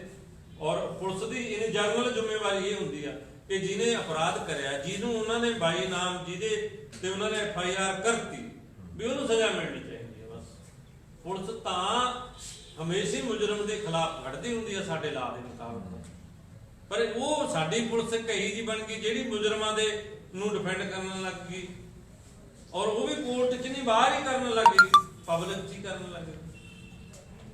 ਇਸ ਕਰਕੇ ਜਿਹੜੀਆਂ ਇਹ ਏਜੰਸੀਆਂ ਨੇ ਜਿਨ੍ਹਾਂ ਦੀ ਡਿਊਟੀ ਇਹ ਸੀ, ਹੁਣ ਤੁਸੀਂ ਇਹ ਲਾਓ, ਮੈਨੂੰ ਕਿਸੇ ਨੇ ਪੁੱਛਿਆ ਕਿ ਯਾਰ 84 ਦੇ ਸਿੱਖ ਵਿਰੋਧੀ ਦੰਗੇ ਦੇ ਵਿੱਚ ਉਹ ਵੀ ਦਿੱਲੀ 'ਚ ਹੀ ਹੋਇਆ, ਔਰ ਜਿਹੜਾ ਹੁਣ ਮੁਸਲਮਾਨ ਵਿਰੋਧੀ ਦੰਗਾ ਹੋਇਆ ਇਹ ਵੀ ਦਿੱਲੀ 'ਚ ਹੋਇਆ, ਵੀ ਇਹਦੇ 'ਚ ਕੀ ਫਰਕ ਆ? ਵੀ ਤੁਸੀਂ ਕੋਈ ਫਰਕ ਸਮਝਦੇ ਹੋ? ਮਹਾ ਮੈਨੂੰ ਇੱਕ ਫਰਕ ਦਿੰਦਾ। ਕਹਿੰਦੇ ਕੀ? ਮਹਾ ਜਿਹੜਾ 84 ਦੇ ਵਿੱਚ ਸਿੱਖ ਵਿਰੋਧੀ ਦੰਗਾ ਹੋਇਆ ਉਹਦੇ 'ਚ ਸਿੱਖਾਂ ਦਾ ਕਤਲ ਹੋਇਆ, ਜ਼ਿਆਦਾ ਸਿੱਖ ਮਰੇ, ਜ਼ਿਆਦਾ ਸਿੱਖਾਂ ਦੀ ਜਾਇਦਾਦ ਦਾ ਨੁਕਸਾਨ ਹੋਇਆ, ਬਹੁਤ ਕਰੂਰ ਤਰੀਕੇ ਨਾਲ ਸਿੱਖਾਂ ਨੂੰ ਮਾਰਿਆ ਗਿਆ। ਇਹ ਗੱਲ ਤਾਂ ਇਸ ਦੰਗੇ ਨਾਲੋਂ ਉਸ ਦੰਗੇ ਦੇ ਵਿੱਚ ਜ਼ਿਆਦਾ ਹੋਈ, ਕਿਉਂਕਿ ਅਫੀਸ਼ੀਅਲ ਵੀ 3500 ਬੰਦਾ ਤਾਂ ਸਰਕਾਰ ਵੀ ਮੰਨਦੀ ਹੈ ਵੀ ਮਰਿਆ, ਮਰੇ ਤਾਂ ਬਾਹਲੇ ਨੇ। ਦਿੱਲੀ ਦੇ ਵਿੱਚ 3500 ਤਾਂ ਗਵਰਨਮੈਂਟ ਦਾ ਫੈਕਟ ਆ, ਇਹਦੇ 'ਚ ਤਾਂ ਬੰਦੇ ਸਾਰੇ 60 ਮਰੇ ਨੇ। ਇੱਕ ਫਰਕ ਮਹਾ ਇਹਦੇ 'ਚ ਹੋਰ ਆ, ਉਹ ਕਹਿੰਦੇ ਵੀ ਉਹ ਕੀ ਆ? ਮਹਾ ਜਦੋਂ ਸਾਡੇ ਸਿੱਖ ਵਿਰੋਧੀ ਦੰਗਾ ਹੋਇਆ, ਸਾਡੇ ਸਿੱਖਾਂ ਨੂੰ ਦੰਗੇ 'ਚ ਕਿਸੇ ਨੇ ਫੜ ਕੇ ਅੰਦਰ ਨਹੀਂ, ਸਿੱਖਾਂ ਤੇ ਦੰਗਾ ਫੈਲਾਉਣ ਦੇ ਦੋਸ਼ ਲੱਗ ਕੇ ਉਹਨਾਂ ਨੂੰ ਜੇਲ੍ਹ 'ਚ ਨਹੀਂ ਤੋਰਿਆ। ਪਰ ਬੀਜੇਪੀ ਨੇ ਇੱਕ ਨਵਾਂ ਕੰਮ ਇਹ ਕਰਤਾ ਜਿਹੜਾ ਕਾਂਗਰਸ ਤੋਂ ਨਹੀਂ ਉਸ ਸਮੇਂ ਹੋਇਆ, ਕਿ ਨਾਲੇ ਮੁਸਲਮਾਨਾਂ ਨੂੰ ਮਾਰਿਆ ਗਿਆ, ਨਾਲੇ ਉਹਨਾਂ ਦੀ ਪ੍ਰਾਪਰਟੀ ਦਾ ਜ਼ਿਆਦਾ ਨੁਕਸਾਨ ਕੀਤਾ ਮੁਸਲਮਾਨਾਂ ਦੀ ਦਾ, ਔਰ ਮੁਸਲਮਾਨਾਂ ਦੇ ਬੰਦਿਆਂ ਨੂੰ ਹੀ ਜਾਂ ਉਹਨਾਂ ਦੇ ਐਕਟਿਵਿਸਟਾਂ ਨੂੰ ਹੀ ਫੜ ਕੇ ਮੁਸਲਮ ਵਿਰੋਧੀ ਦੰਗੇ ਦੇ ਵਿੱਚ ਫੜ ਕੇ ਜਿਹੜਾ ਭੇਜਤਾ। ਇਹ ਕੰਮ ਨਵਾਂ ਜ਼ਰੂਰ ਹੋ ਗਿਆ ਜਿਹੜਾ 83 ਦੇ ਕੇਸ ਨਹੀਂ ਹੋਇਆ। ਮਤਲਬ ਹੁਣ ਦੇਖੋ ਕਿੱਡਾ ਜ਼ੁਲਮ ਹੋਇਆ ਯਾਰ, ਨਾਲੇ ਤਾਂ ਉਹ ਮਾਰੇ, ਨਾਲੇ ਉਹਨਾਂ ਦੀ ਪ੍ਰਾਪਰਟੀ ਗਈ, ਨਾਲੇ ਜਿਹੜੀਆਂ ਬੇਪਤੀਆਂ ਹੋਈਆਂ ਉਹ ਹੋਈਆਂ, ਔਰ ਉਲਟਾ ਤੇ ਕੇਸ ਪਰਚੇ ਪਾਸੇ। ਔਰ ਜਿਹੜੇ ਨੇ ਇਹ ਕਿਹਾ ਵੀ ਅਸੀਂ ਸ਼ਰੇਆਮ, ਜਿਨ੍ਹਾਂ ਦੀਆਂ ਅੱਜ ਮੂਵੀਆਂ ਵੀ ਹੈਗੀਆਂ ਨੇ ਸਾਰੇ ਮੰਤਰੀਆਂ ਦੀਆਂ, ਔਰ ਉਹਨਾਂ ਨੂੰ ਕੋਈ ਨਹੀਂ ਪੁੱਛਿਆ ਕਿਸੇ ਨੇ ਯਾਰ। ਇਸੇ ਅਮਿਤ ਸ਼ਾਹ ਨੇ ਜਿਹੜਾ ਕਿਹਾ ਸੀ ਵੀ ਐਂ ਲਾਇਓ, ਮਤਲਬ ਬਟਨ ਐਂ ਦੱਬਿਓ ਵੀ ਜਿਹੜਾ ਉਹਦਾ ਬਟਨ ਦਾ ਥੋੜੀ ਦਾ ਖੜਕਾ ਉਹ ਸ਼ਾਹੀਨ ਬਾਗ ਤੱਕ ਜਾਵੇ। ਬੀਜੇਪੀ ਦੀ ਜੋ ਮਤਲਬ VOTING ਮਸ਼ੀਨ ਆ ਉਹਦੇ ਤੇ ਕਮਲ ਦੇ ਬਟਨ ਤੇ ਐਸਾ ਨਾਲ ਬਟਨ ਦਬਾਇਓ ਕਿ ਬਟਨ ਤੁਸੀਂ ਦਬਾਓ ਆਪਣੇ ਦਿੱਲੀ ਵਿੱਚ ਉਦੋਂ ਦਾ ਕਰੰਟ ਲੱਗੇ ਸ਼ਾਹੀਨ ਬਾਗ। ਮਤਲਬ ਉਹਨਾਂ ਤੇ ਯਾਰ ਕਿਸੇ ਨੇ ਕੋਈ ਪਰਚੇ ਨਹੀਂ ਕਰਿਆ ਵੀ ਜੀ ਸਾਰਾ ਬਕਵਾਸ ਟੁਕਟ ਹੋਮ ਮਿਨਿਸਟਰ ਆ ਯਾਰ, ਤੂੰ ਸਭਸੇ ਰਿਸਪੌਂਸਿਬਲ ਮਤਲਬ ਜਿਹੜੇ ਪੋਸਟ ਤੇ ਬੈਠਾ ਇਹ ਤੂੰ ਬਕਵਾਸ ਕੀ ਮਾਰ ਰਿਹਾ ਹੈ ਨਾ। ਔਰ ਉਹਨਾਂ ਤੇ ਪਰਚੇ ਇਸ ਕਰਕੇ ਜਿਹੜੀਆਂ ਉਹ ਏਜੰਸੀਆਂ ਜਿਨ੍ਹਾਂ ਦੀ ਡਿਊਟੀ ਆ ਲਾ ਐਂਡ ਆਰਡਰ ਕਾਇਮ ਕਰਨਾ, ਜਿਨ੍ਹਾਂ ਦੀ ਡਿਊਟੀ ਆ ਕਿ ਜਿੱਥੇ ਵੀ ਕੋਈ ਮਤਲਬ ਲਾ ਐਂਡ ਆਰਡਰ ਦਾ ਕੋਈ ਮਾਮਲਾ ਬਣਦਾ ਉਲੰਘਣ ਹੁੰਦਾ ਉਹਨੂੰ ਠੀਕ ਕਰਨਾ, ਉਹ ਖੁਦ ਹੀ ਹੈ ਕੁਝ ਕਰ ਰਹੇ। हाँ सजन जी। दूसरा पॉइंट है कि व्यापार और विदेशी निवेश का उदारीकरण, आत्मनिर्भरता एवं राष्ट्रीय सुरक्षा के पाखंडी नारे की ओट में रक्षा क्षेत्र में 100% विदेशी निवेश को मंजूरी। बात तो करते हैं कि स्वदेशी करेंगे, है नारा तो देते हैं आत्मनिर्भरता करेंगे, राष्ट्र की सुरक्षा करेंगे, और पूरा जो रक्षा क्षेत्र है वो विदेशी कंपनियां 100% आके हमारे हथियार बनाओ, नहीं बनाओ। तीसरा पॉइंट है सामाजिक मंत्रालयों और संस्थाओं को जानकारी नहीं देते हुए सामाजिक आपातकालीन फंड की स्थापना करना। प्रधानमंत्री care fund, prime minister care fund है, उसकी ना सरकार को ना कोई मानवाधिकार को कोई भी मंत्री कोई डिपार्टमेंट उससे पूछ ही नहीं सकता। उसकी जान जनता तो पूछ ही क्या सकती है कि आपको पैसा कितना आया फंड में, कहाँ लगाया, कोई नहीं बताएगा। ये है प्राइम मिनिस्टर केयर फंड। ਜਿਹੜਾ ਪਹਿਲਾਂ ਇਹਦਾ ਨਾਮ ਸੀਗਾ ਉਹ ਸੀਗਾ ਪ੍ਰਧਾਨ ਮੰਤਰੀ ਮੰਤਰੀ ਆਪਦਾ ਕੋਸ਼। ਆਪਦਾ ਕੋਸ਼, ਮਤਲਬ ਪ੍ਰਧਾਨ ਮੰਤਰੀ ਜਿਹੜਾ ਆਪਦਾ ਕੋਸ਼ ਸੀ, ਉਹਦੇ 'ਚ ਜਦੋਂ ਵੀ ਕੋਈ ਆਪਦਾ ਆਉਂਦੀ ਸੀ ਲੋਕ ਉਹਦੇ 'ਚ ਪੈਸਾ ਜਮ੍ਹਾਂ ਕਰਵਾਉਂਦੇ ਸੀ ਔਰ ਉਹਨੂੰ ਮਤਲਬ ਐਡਿਟ ਕਰਦਾ ਸੀਗਾ ਇਹ, ਮਤਲਬ ਜਿਹੜਾ ਸਾਡਾ ਡਿਪਾਰਟਮੈਂਟ ਆ, ऑडिट डिपार्टमेंट ਹੈ ऑडिट डिपार्टमेंट ਆਡਿਟ ਡਿਪਾਰਟਮੈਂਟ ਆ ਜਿਹੜਾ ਭਾਰਤ ਦਾ, ਉਹ ਉਹਨੂੰ ਬਕਾਇਦਾ ਆਡਿਟ ਕਰਦਾ ਸੀ ਵੀ ਕਿੰਨਾ ਪੈਸਾ ਕਿੱਥੋਂ ਆਇਆ ਔਰ ਕਿੱਥੇ ਉਹ ਖਰਚ ਹੋ ਗਿਆ। ਇਹਨਾਂ ਨੇ ਹੁਣ ਇੱਕ ਆਪਦਾ ਪ੍ਰਾਈਵੇਟ ਬਣਾ ਲਿਆ ਇਹ ਪੀਐਮ ਕੇਅਰ ਫੰਡ, ਔਰ ਇਹਦੇ ਚ ਮੋਦੀ ਆ 3-4 ਲੱਖ ਦੇ ਹੋਏ ਨੇ। ਅੱਜ ਤੱਕ ਇਹਨਾਂ ਨੇ ਕਿਸੇ ਨੂੰ ਇਹ ਨਹੀਂ ਦੱਸਿਆ ਵੀ ਉਹਦੇ ਚ ਪੈਸਾ ਕਿੰਨਾ ਆਇਆ, ਕਿਹਨੇ ਕੀ ਦਿੱਤਾ ਕੀ ਨਹੀਂ ਦਿੱਤਾ, ਉਹਦੇ ਚ ਕਿੰਨਾ ਤੁਸੀਂ ਉਹ ਕਰ ਰਹੇ ਹੋ, ਖਰਚ ਕਿੰਨਾ ਦਿੱਤਾ, ਹੁਣ ਬਾਕੀ ਕਿੰਨਾ ਗਾ। ਔਰ ਜਦੋਂ ਉਹਦੀ ਕਿਸੇ ਨੇ ਆਰਟੀਆਈ ਪਾਈ, ਉਹ ਆਰਟੀਆਈ ਵਾਲੇ ਨੂੰ ਕਹਿੰਦਾ ਵੀ ਇਹ ਤਾਂ ਜੀ ਪ੍ਰਾਈਵੇਟ ਆ, ਇਹਦੀ ਅਸੀਂ ट्रस्ट का नहीं दिया जा सकता। ਅਸੀਂ ਜਾਣਕਾਰੀ ਨਹੀਂ ਸਾਡੇ ਕੋਲੇ ਨਾ ਸੀ ਦੇ ਸਕਦੇ। ਮੈਨੂੰ ਇਹ ਦੇਖੋ ਵੀ ਐਡੀ ਵੱਡੀ ਚੀਜ਼ ਇੱਕ ਤੁਸੀਂ ਜਿਹੜਾ ਬਕਾਇਦਾ 1947 ਤੋਂ ਲੈ ਕੇ ਇੱਕ ਫੰਡ ਬਣਿਆ ਹੋਇਆ, ਉਹਦੇ ਤੇ ਤੁਸੀਂ ਜਦ ਇੱਕ ਆਪਦਾ ਪ੍ਰਾਈਵੇਟ ਫੰਡ ਹੀ ਬਣਾ ਲਿਆ ਯਾਰ, 4 ਜਣਿਆਂ ਨੇ ਮੰਤਰੀਆਂ ਨੇ इन्होंने फंडा बना दिया ना। ਫੰਡਾ ਹੀ ਬਣਾ ਲਿਆ, ਫੰਡ ਦੇ ਲਿਆ। ਔਰ ਉਹਦਾ ਤੁਸੀਂ ਕਿਸੇ ਨੂੰ ਨਾ ਹਿਸਾਬ ਆ ਨਾ ਕਿਤਾਬ ਆ ਨਾ ਕੁਛ, ਜੇ ਕੋਈ ਮੰਗਦਾ ਤੁਸੀਂ ਦੱਸਦੇ ਹੀ ਨਹੀਂ ਹੈਗੇ, ਔਰ ਉਹ ਕਹਿੰਦੇ ਵੀ ਦੱਸਣ ਦੇ ਯੋਗ ਹੀ ਨਹੀਂ ਹੈਗਾ ਇਹ। ਔਰ ਉਹਦੇ ਚ ਉਹ ਲੋਕਾਂ ਨੇ ਵੀ ਫੰਡਿੰਗ ਕੀਤੀ ਆ, ਉਹਨਾਂ ਮਤਲਬ ਕੰਪਨੀਆਂ ਨੇ ਫੰਡਿੰਗ ਕੀਤੀ ਆ। ਉਹਦੇ ਚ ਰੌਲਾ ਇੱਕ ਇਹ ਪੈ ਰਿਹਾ ਹੈ, ਦੱਸ ਇਸ ਕਰਕੇ ਵੀ ਨਹੀਂ ਰਹੇ ਕਿ ਉਹਦੇ ਚ ਚਾਈਨੀਜ਼ ਕੰਪਨੀਆਂ ਦੀ ਫੰਡਿੰਗ ਬਹੁਤ ਆ, चीन की कंपनियों ने बहुत पैसा ਔਰ ਉਹਦੇ ਚ ਫਿਰ ਅਗਰ ਉਹ ਚਾਈਨੀਜ਼ ਕੰਪਨੀਆਂ ਦੀ ਫੰਡਿੰਗ ਸਾਹਮਣੇ ਆਉਂਦੀ ਆ ਤਾਂ ਫਿਰ ਇਹਦਾ ਇਹ ਫੰਡਾ ਜਿਹੜਾ ਕਿ ਚੀਨ ਨੂੰ ਜੇ ਕਰਾਂਗੇ ਉਹ ਕਰਾਂਗੇ, ਉਹਨੇ ਸਾਡੇ ਮਤਲਬ 20 ਜਵਾਨ ਐ ਕਰਤੇ, ਜੇ ਕਰਤਾ ਉਹ ਕਰਤਾ, ਵੀ ਉਹ ਜਿਹੜਾ ਸਾਰਾ ਕੰਮ ਆ ਜਿਹੜਾ ਉਹ ਨੰਗਾ ਹੋਊਗਾ। ਔਰ ਇਹਦਾ ਇੱਕ ਕਾਰਨ ਇਹਦਾ ਇਹ ਵੀ ਆ ਕਿ ਤੁਸੀਂ ਇਹ ਦੇਖੋ ਕਿ ਪ੍ਰਧਾਨ ਮੰਤਰੀ ਸਾਡਾ ਮਤਲਬ ਜੇ ਇਹਨੂੰ ਪਾਕਿਸਤਾਨ ਨੂੰ ਤਾਂ ਕਹਿ ਦਿੰਦਾ ਸੀ ਵੀ ਅੰਦਰ ਘੁਸ ਕੇ ਮਾਰਾਂਗੇ, ਔਰ ਉਹਦਾ ਨਾਮ ਹੀ ਨਹੀਂ ਲੈਂਦਾ। ਅੱਜ ਤੱਕ ਕਿਸੇ ਵੀ ਬੀਜੇਪੀ ਦੇ ਲੀਡਰ ਨੇ ਜਾਂ ਬੜੇ ਕਿਸੇ ਮਿਨਿਸਟਰ ਨੇ ਜਾਂ ਪ੍ਰਧਾਨ ਮੰਤਰੀ ਨੇ ਇਸ ਪੂਰੀ ਕੰਟਰੋਵਰਸੀ ਦੇ ਵਿੱਚ ਸਾਡੇ 20 ਬੰਦਿਆਂ ਦੇ ਸ਼ਹੀਦ ਹੋਣ ਦੇ ਬਾਵਜੂਦ ਚੀਨ ਦਾ ਨਾਮ ਨਹੀਂ ਲੈਂਦਾ। ਬਸ ਚੀਨ ਦਾ ਨਾਮ ਤਾਂ ਅਗਰ ਜੇ ਲੈਂਦਾ ਕੋਈ ਤਾਂ ਰਾਹੁਲ ਗਾਂਧੀ ਲੈਂਦਾ, ਉਹ ਜ਼ਰੂਰ ਲੈਂਦਾ, ਨਹੀਂ ਕੋਈ ਮੰਤਰੀ ਸੰਤਰੀ ਕੋਈ ਕਿਸੇ ਪਾਰਟੀ ਦਾ ਲੀਡਰ ਚੀਨ ਦਾ ਨਾਮ ਨਹੀਂ ਲੈ ਰਿਹਾ। ਔਰ ਮੋਦੀ ਦੇ ਮੂੰਹ ਚੋਂ ਤਾਂ ਚੀਨ ਨਿਕਲਦੀ ਹੀ ਨਹੀਂ। ਉਹਦਾ ਕਾਰਨ ਹੈ ਕਿ ਸਾਰਿਆਂ ਨੇ ਡੱਕਾ ਮਾਰਿਆ ਹੋਇਆ ਅੱਖ 'ਚ ਪਹਿਲਾਂ, वो चीनी दी हुई ना मुंह में मोदी के चीन के द्वारा। ਮਤਲਬ ਉਹਨਾਂ ਨੇ ਅੱਖ 'ਚ ਡੱਕਾ ਮਾਰਿਆ ਹੋਇਆ। ਨਹੀਂ ਤਾਂ ਇਹ ਐਡੀ ਕਿੱਡੀ ਕੀ ਗੱਲ ਆ, ਜਿਹੜਾ ਕਹਿੰਦਾ ਸੀ 36 ਇੰਚ ਪਤਾ ਨਹੀਂ ਕਿੰਨੇ ਇੰਚ ਦੀ ਛਾਤੀ ਆ, 56 ਇੰਚ ਦੀ ਛਾਤੀ, 56 ਨੂੰ ਕਹਿੰਦੇ ਨੇ 56 ਇੰਚ ਜਿਹੜਾ ਉਹ ਤਾਂ ਚੀਜ਼ ਦੋ, ਮਤਲਬ ਅਮਰੀਕਾ ਦੇ ਤਾਂ 4 ਅੱਖਰ ਲੱਗਦੇ ਨੇ ਯਾਰ, ਇਹਦੇ ਤਾਂ 2 ਹੀ ਲੱਗਦੇ ਨੇ। ਕਿੱਡਾ ਕਾ ਪਾਕਿਸਤਾਨ ਦੇ ਵੀ ਤੁਸੀਂ ਲਾ ਲਓ ਵੀ 5 ਅੱਖਰ ਨੇ, 5 ਅੱਖਰਾਂ ਦਾ ਨਾ ਤਾਂ ਬੋਲਣਾ ਸੌਖਾ, 2 ਦਾ ਔਖਾ ਹੋਇਆ ਪਿਆ ਕੰਮ, ਕੋਈ ਚੱਕਰ ਆ ਰਿਹਾ। ਇਸ ਕਰਕੇ ਇਹ ਆ ਜਿਹੜੀ ਚੀਜ਼ਾਂ ਨੇ ਜਿਹੜੀਆਂ ਇਹਨਾਂ ਨੇ ਸਾਰੀ ਜਿਹੜੀ ਪਾਰਦਰਸ਼ਤਾ ਹੈਗੀ ਆ ਉਹਨੂੰ ਦਰਕਨਾਰ ਕਰਤਾ। हाँ, ये पॉइंट पहले डिस्कशन भी हो गया है कि निजी क्षेत्र को कानूनी छूट देना, कारपोरेट्स को ठेके अथवा लाइसेंस का स्वतः नवीनीकरण, अपने आप वो रिन्यूएबल हो जाएगा उनका।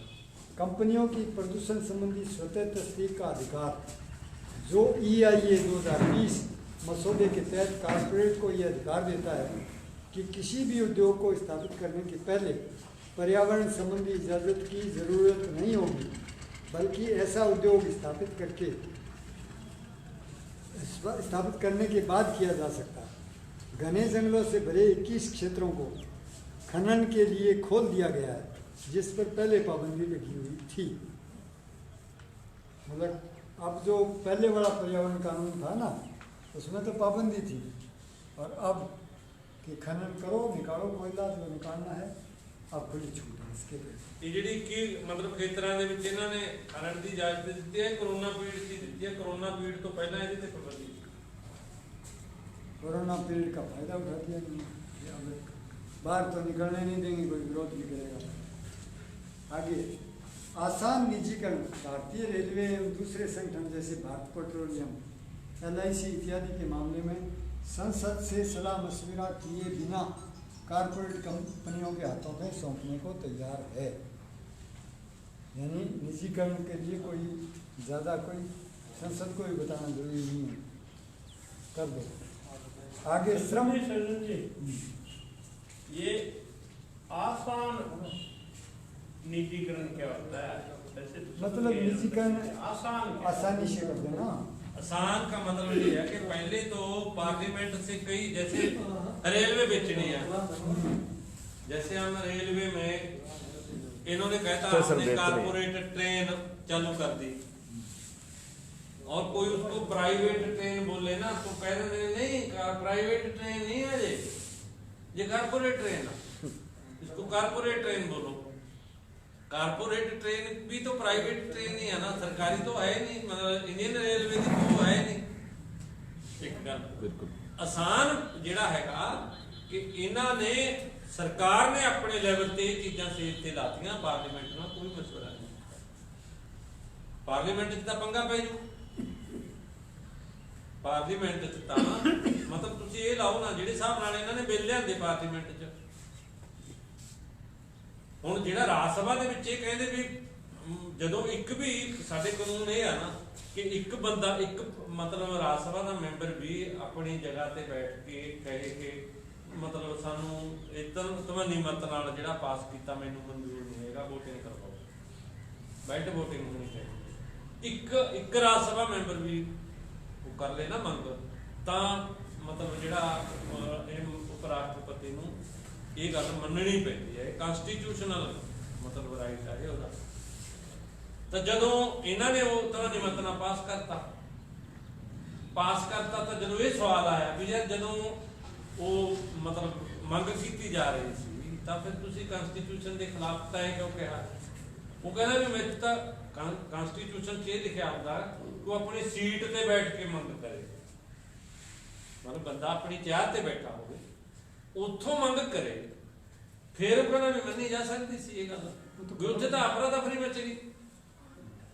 ਇੰਡੀਅਨ ਐਕਸਪ੍ਰੈਸ ਨੇ ਕੀਤਾ ਕਿ ਰਾਜ ਸਭਾ ਦਾ ਜਿਹੜਾ ਟੀਵੀ ਚੱਲਦਾ ਵਾ ਉਹਦੀਆਂ ਸਾਰੀਆਂ ਫੁਟੇਜ ਨਿਕਾਲੀਆਂ, ਸਾਰੀਆਂ ਫੁਟੇਜ ਨਿਕਾਲਣ ਤੋਂ ਬਾਅਦ ਇਹ ਗੱਲ ਮਤਲਬ ਸਾਫ਼ ਕਰਤੀ ਕਿ ਉਹ ਐਮਪੀ ਆਪਣੀ ਸੀਟ ਤੇ ਬੈਠਾ ਮੰਗ ਕਰ ਰਿਹਾ ਜੀ।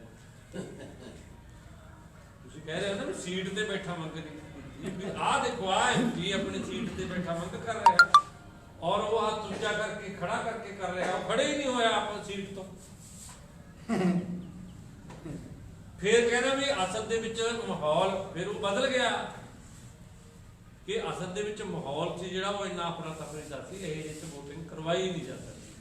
ਤਾਂ ਫਿਰ ਉਹਨਾਂ ਨੇ ਇਹ ਗੱਲ ਕਹੀ ਵੀ ਯਾਰ ਜਦੋਂ ਅਫਰਾ ਤਫਰੀ ਦਾ ਮਾਹੌਲ ਹੁੰਦਾ ਉਹਦਾ ਇੱਕ ਤਰੀਕਾ ਨਾ ਉਹਨੂੰ ਠੀਕ ਕਰਨਾ ਵੀ ਤੁਸੀਂ 5 ਮਿੰਟ ਲਈ ਜਿਹੜਾ ਸੈਸ਼ਨ ਆ ਉਹਨੂੰ ਰਿਜ਼ਰਵ ਕਰ ਦਿਓ, ਔਰ ਉਦੋਂ ਬਾਅਦ ਜਦੋਂ ਕਿਰਾਂ ਤਾਂ ਬੈਠਣਗੇ ਨਾ ਆਖੇ ਸਾਰੇ, ਉਦੋਂ ਤੁਸੀਂ ਕਹੋ ਵੀ ਭਾਈ ਤੁਹਾਡੀ ਮੰਗ ਮੰਨ ਲਈ ਗਈ ਆ, ਅਸੀਂ ਵੋਟਿੰਗ ਕਰਵਾ ਦਿੰਦੇ ਆ। ਅਸਲ ਦੇ ਵਿੱਚ ਵੋਟਿੰਗ ਕਰਵਾਈ ਕਿਉਂ ਨਹੀਂ ਗਈ? ਕਰਵਾਈ ਇਸ ਕਰਕੇ ਨਹੀਂ ਗਈ ਕਿ ਨੰਬਰ ਇਹਨੇ ਨਹੀਂ ਸੀ ਹੈਗੇ ਬੀਜੇਪੀ ਕੋਲ। ਜੇ ਮਤਲਬ ਉਹ ਕਰਵਾਉਂਦੇ ਵੋਟਿੰਗ ਤਾਂ ਪਾਸ ਨਹੀਂ ਸੀ ਹੁੰਦਾ ਬਣਾ ਇਹਦੇ ਚ ਰਾਜ ਸਭਾ ਦੇ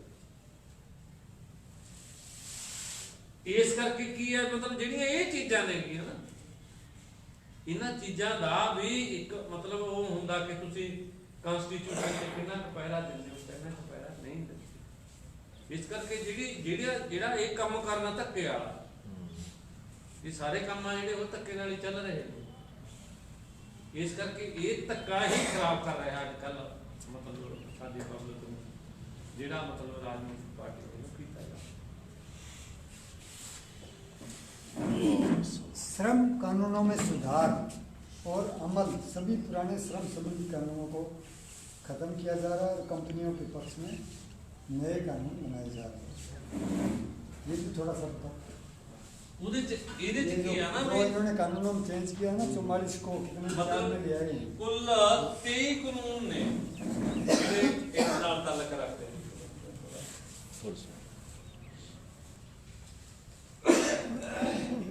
ਬਸ